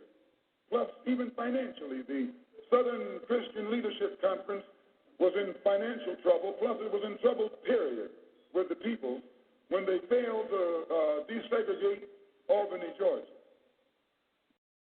Other Negro civil rights leaders of so-called national stature became fallen idols. As they became fallen idols, began to lose their prestige and influence, local Negro leaders began to stir up the masses. In Cambridge, Maryland, Gloria Richardson. In Danville, Virginia, and other parts of the country, local leaders began to stir up our people at the grassroots level. This was never done by these Negroes whom you recognize of national stature. They controlled you, but they never incited you or excited you. They controlled you. They contained you. They kept you on the plantation. As soon as King failed in Birmingham, Negroes took to the streets. King got out and went out to California to a big rally and raised about, I don't know how many thousands of dollars. Come to Detroit and had a march and raised some more thousands of dollars. And recall, right after that, Wilkins attacked King, accused King and the Corps of starting trouble everywhere and then making the NAACP get him out of jail and spend a lot of money, and then he accused King and Corps of raising all the money and not paying it back. This happened. I got it in documented evidence in the newspaper. Roy started attacking King, and King started attacking Roy, and Farmer started attacking both of them. And as these Negroes of national stature begin to attack each other, they begin to lose their control of the Negro masses. And Negroes was out there in the streets. They was talking about, we're going to march on Washington. By the way, and right at that time, Birmingham had exploded, and the Negroes in Birmingham, remember, they also exploded. They began to stab the crackers in the back and bust them upside the head. Yes, they did. That's when Kennedy sent in the troops down in Birmingham. So, and right after that, Kennedy got on the television and said, this is a moral issue. That's when he said he's going to put out a civil rights bill.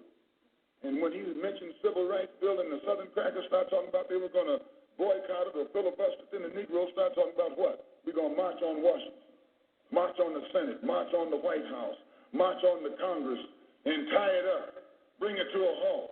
Don't let the government proceed. They even said they was going to go out to the airport and lay down on the runway and don't let no airplanes land. I'm telling you what they said. That was revolution. That was revolution. That was the black revolution. It was the grassroots out there in the street. Scared the white man to death. Scared the white power structure in Washington, D.C. to death. I was there. And they found out that this black steamroller was going to come down on the Capitol.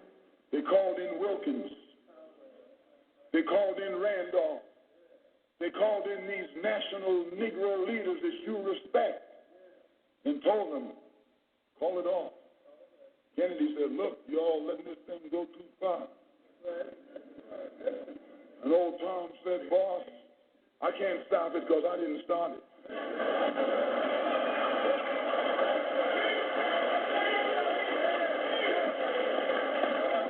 I'm telling you what they said.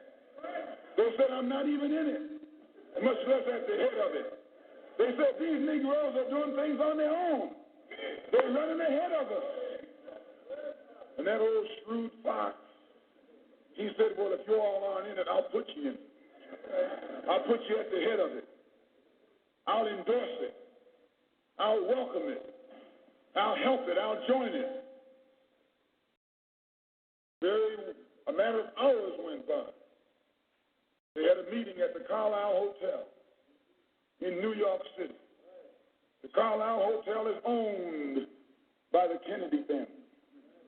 That's the hotel Kennedy spent the night at 2 nights ago. Belongs to his family. A philanthropic society headed by a white man named Stephen Currier called all the top civil rights leaders together at the Carlisle Hotel and told them that by you all fighting each other, you're destroying the civil rights movement. And since you're fighting over money from white liberals, let us set up what's known as the Council for United Civil Rights Leadership. Let's form this council, and all the civil rights organizations will belong to it. And we'll use it for fundraising purposes. Let me show you how tricky the white man is. And as soon as they got it formed, they elected Whitney Young as the chairman. And who you think became the co-chairman? Stephen Currier, the white man. A millionaire. Powell was talking about it down at the Cobo today. This is what he was talking about. Powell knows it happened. Randolph knows it happened. Wilkins knows it happened. King knows it happened. Every one of that so-called Big Six, they know what happened. Once they formed it, with the white man over it, he promised them and gave them $800,000 to split up between the Big Six, and told them that after the march was over, they'd give them $700,000 more. $1.5 million split up between leaders that you've been following, going to jail for, crying crocodile tears for, and they're nothing but Frank James and Jesse James and brothers.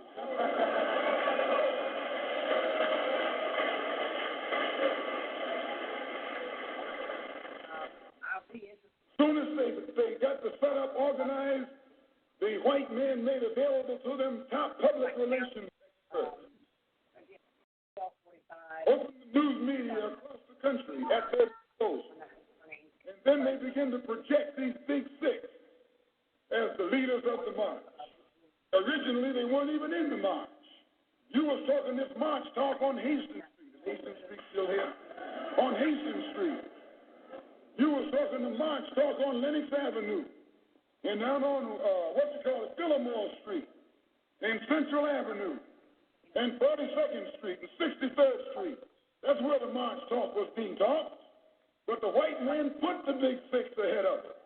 Made them the march. They became the march. They took it over. And the first move they made after they took it over, invited Walter Reuther, a white man, invited a priest, a rabbi, and an old white preacher. Yeah, the old white preacher. The same white element that put Kennedy in power. Labor, Catholics, Jews, and liberal Protestants. Cliques that put Kennedy in power joined the March on Washington. It's just like when you got some coffee that's too black, which means it's too strong. What you do, you integrate it.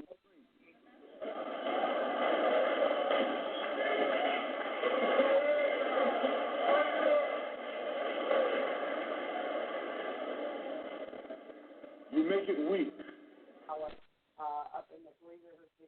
If you pour too much cream in, you won't even know you ever had coffee. It used to be hot, it becomes cool. It used to be strong, it becomes weak. It used to wake you up, now.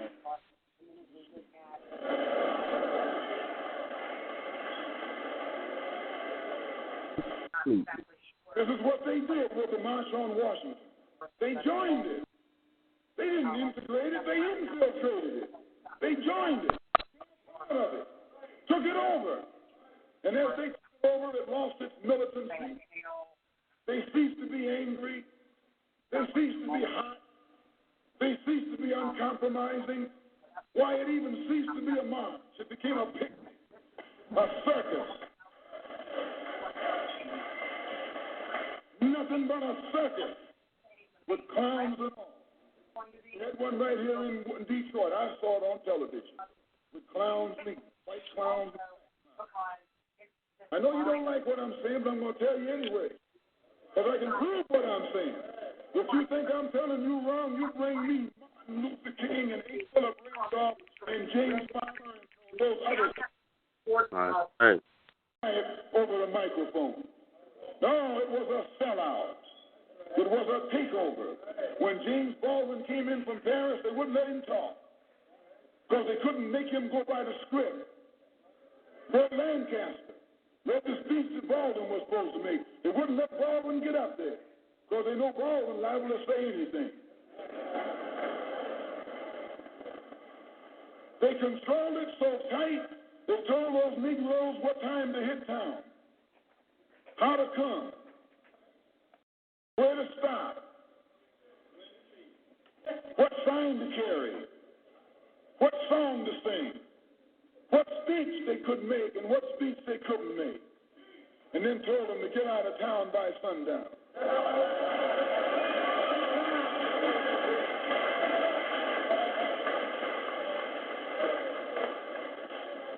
And every one of those Toms were out of town by sundown. Now, I know you don't like my saying this, but I can back it up. It was a circus, a performance that beat anything Hollywood could ever do. The performance of the year. Ruther and those other three devils should get a Academy Award for the best actors because they acted like they really loved Negroes and fooled a whole lot of Negroes. And the 6 Negro leaders should get an award, too, for the best supporting cast. Sorry, Pop. Power. Man, that boy Malcolm hit hard, man. Get these boys in their chest, man. You know what I'm saying? Make you get your line.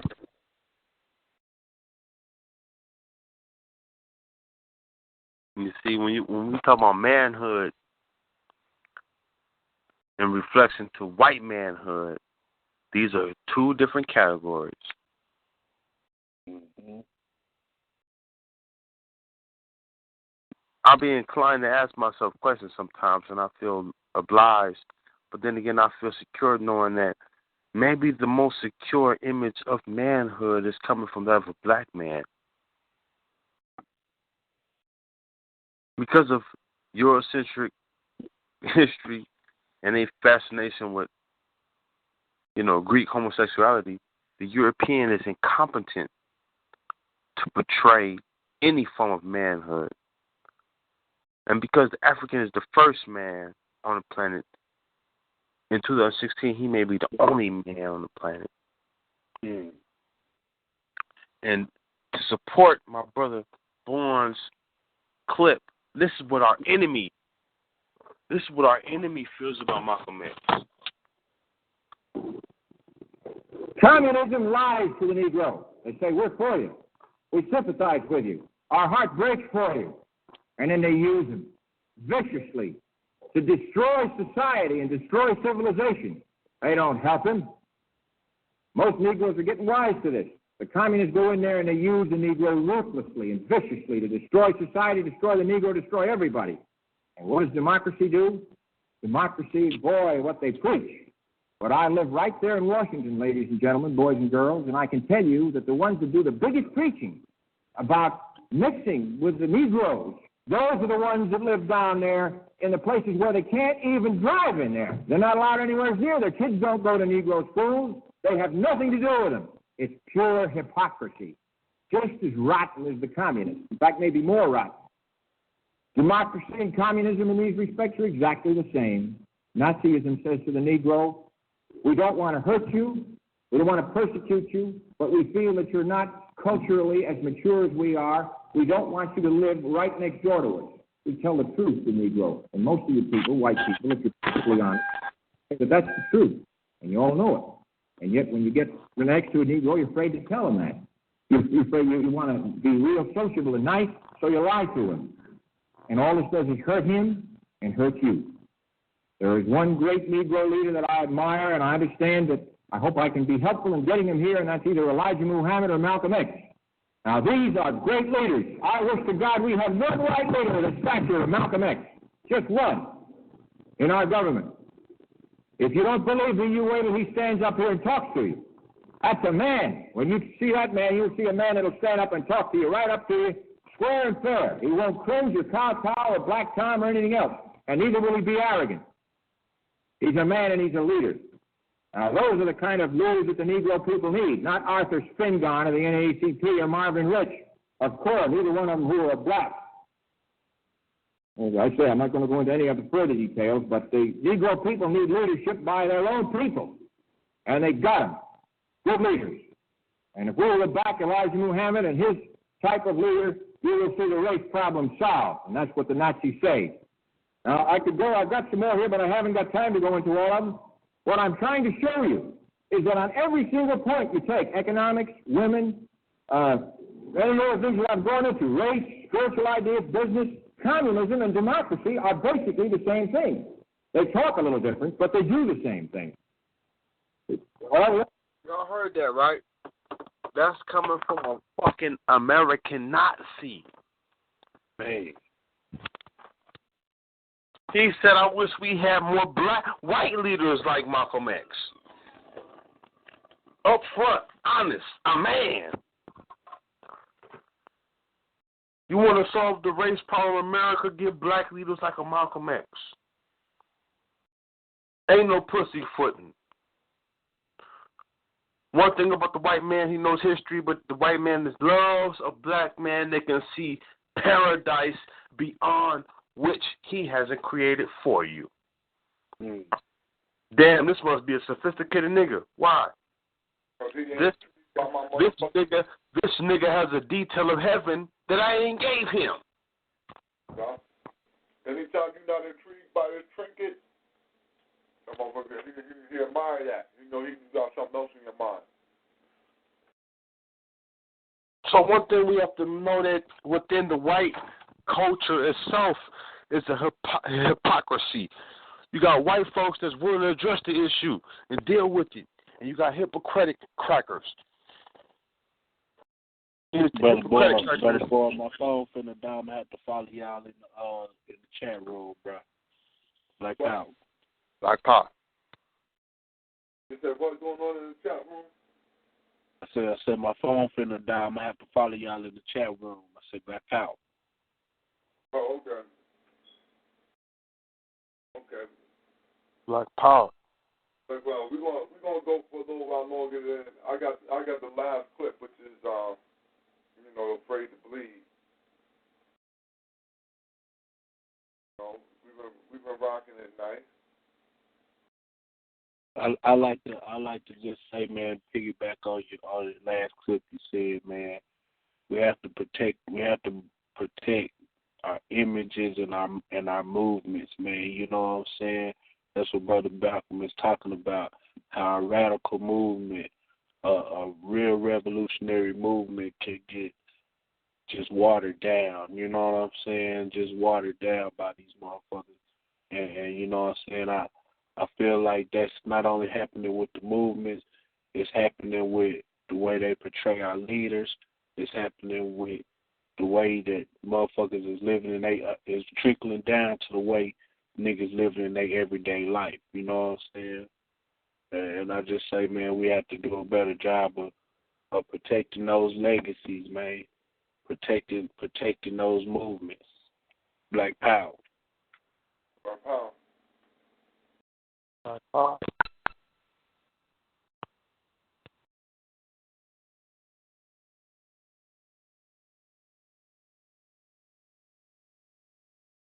I don't got no more to say. Is that right there?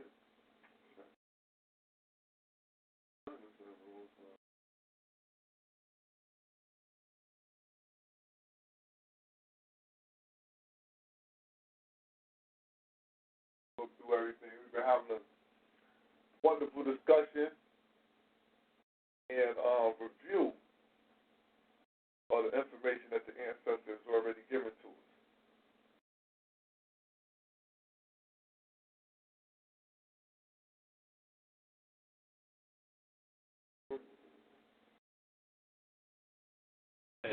And really in that Million Man March, we know that the main motherfucker that was chosen to orchestrate that shit was the faggot Bayer Ruster. You know what I'm saying?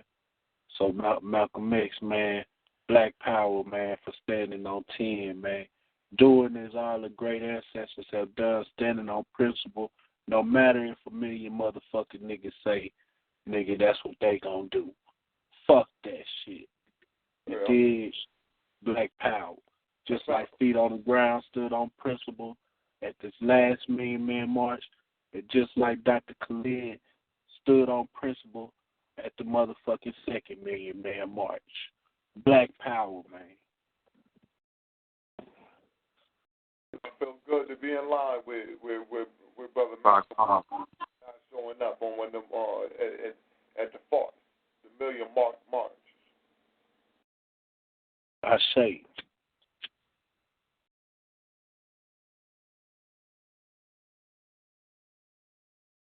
You know what I'm saying? Like I said, we've been having a good night. I mean, we've been rolling. We're gonna take it on down in a second or two, but before we take it down, man, we got a most important, right? Most important. You know what I mean? We need this. We need this. So you got to get your mind right and your heart together.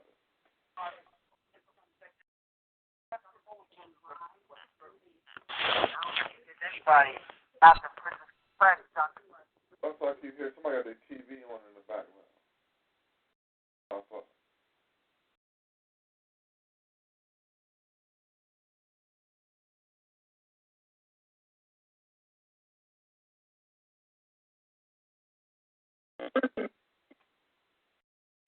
Between the Black Revolution and the Negro Revolution, I would like to make a few comments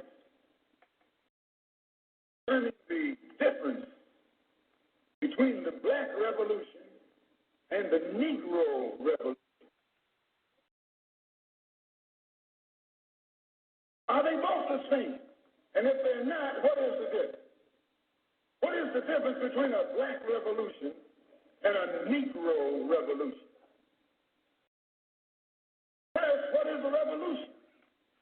Sometimes I'm inclined to believe that many of our people are using revolution loosely, without taking careful consideration what this word actually means and what its historic characteristics are.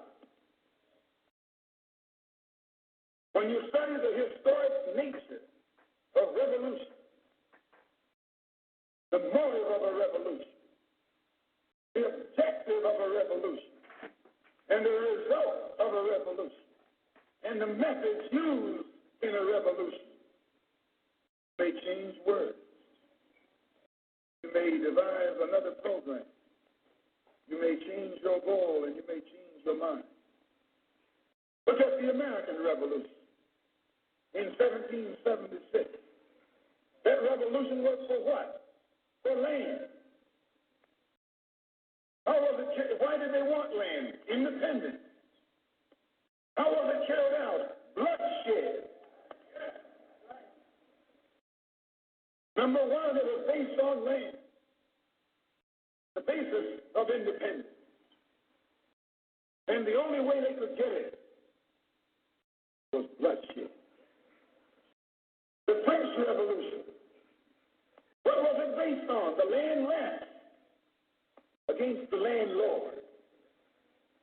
What was it for? Land. How did they get it? Bloodshed. Was no love lost. Was no compromise. Was no negotiation. I'm telling you, you don't know what our revolution is.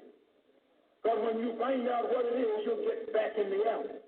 You'll get out of the way.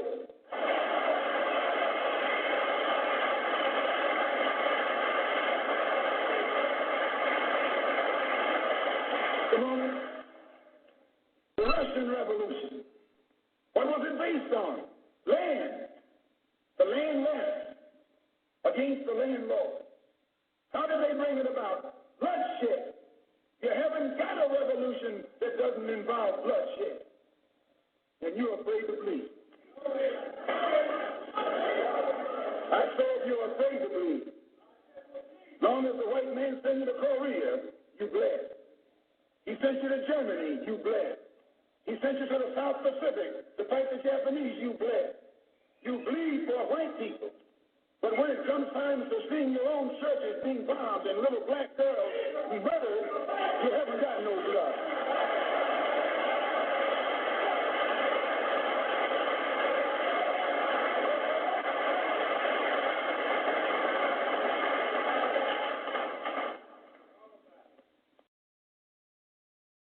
You bleed when the white man says bleed. You bite when the white man says bite. And you bark when the white man says bark. I hate to say this about us, but it's true. How you going to be nonviolent in Mississippi as violent as you were in Korea?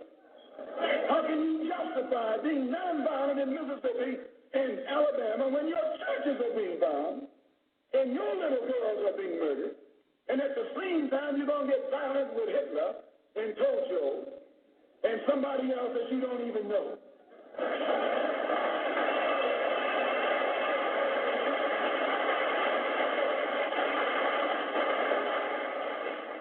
If violence is wrong in America, violence is wrong abroad. If it's wrong to be violent, defending black women and black children and black babies and black men, then it's wrong for America to draft us and make us violent abroad in defense of her.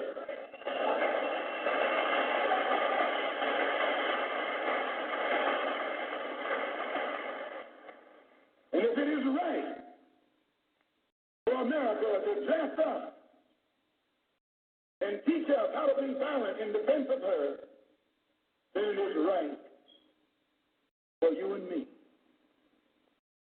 to do whatever is necessary to defend our own people right here in this country.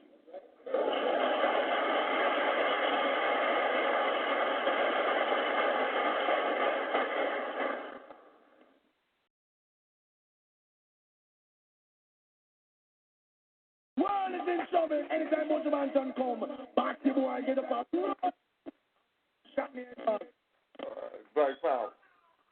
Black Power. Beautiful Holyday. Black Power. Beautiful Holyday. Alright.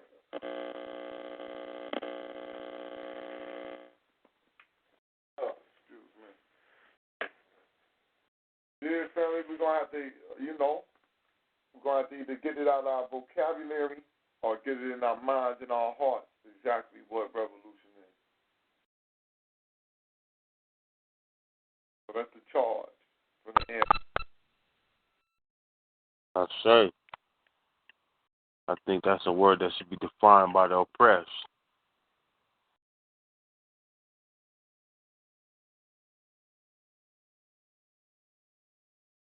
Right, or get it wrong. With that being said, though, we're going to go ahead and close now. Brother Minkaraj, tonight, you got any closing words for the night?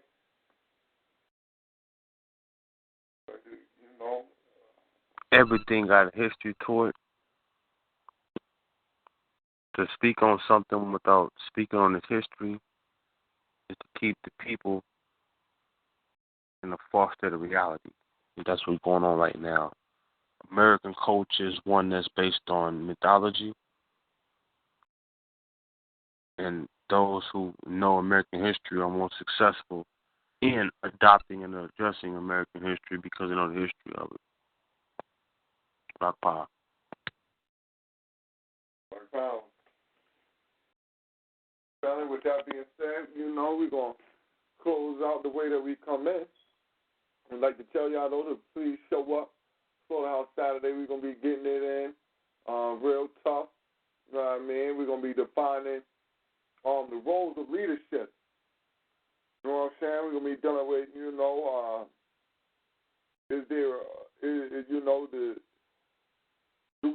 is there a need right now for one person with one strong voice?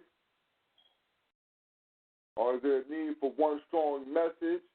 What is the bridge that can be made between those two ideas? Because I think that both are needed, and just try to make sure that we break through a lot of different information on how these things can help us out, man. Because we want to destroy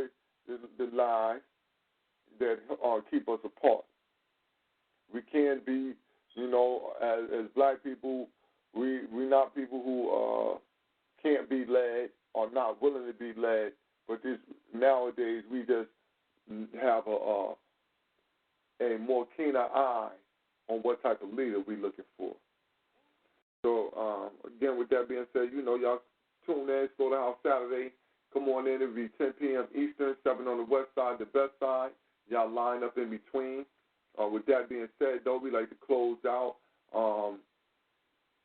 with the usual, as we came in earlier, we're sending that Black African love out to the sisters. And, we waiting for it to touch down. With that being said, I'd like to say praise Nat Turner, glory to Garvey, long live the spirit of Dr. Khalid Abdul Muhammad, praise Harriet Tubman, glory to Ida B. Wells, long live the spirit of Sister Fannie Lou Hamer, or Bibi Fourier.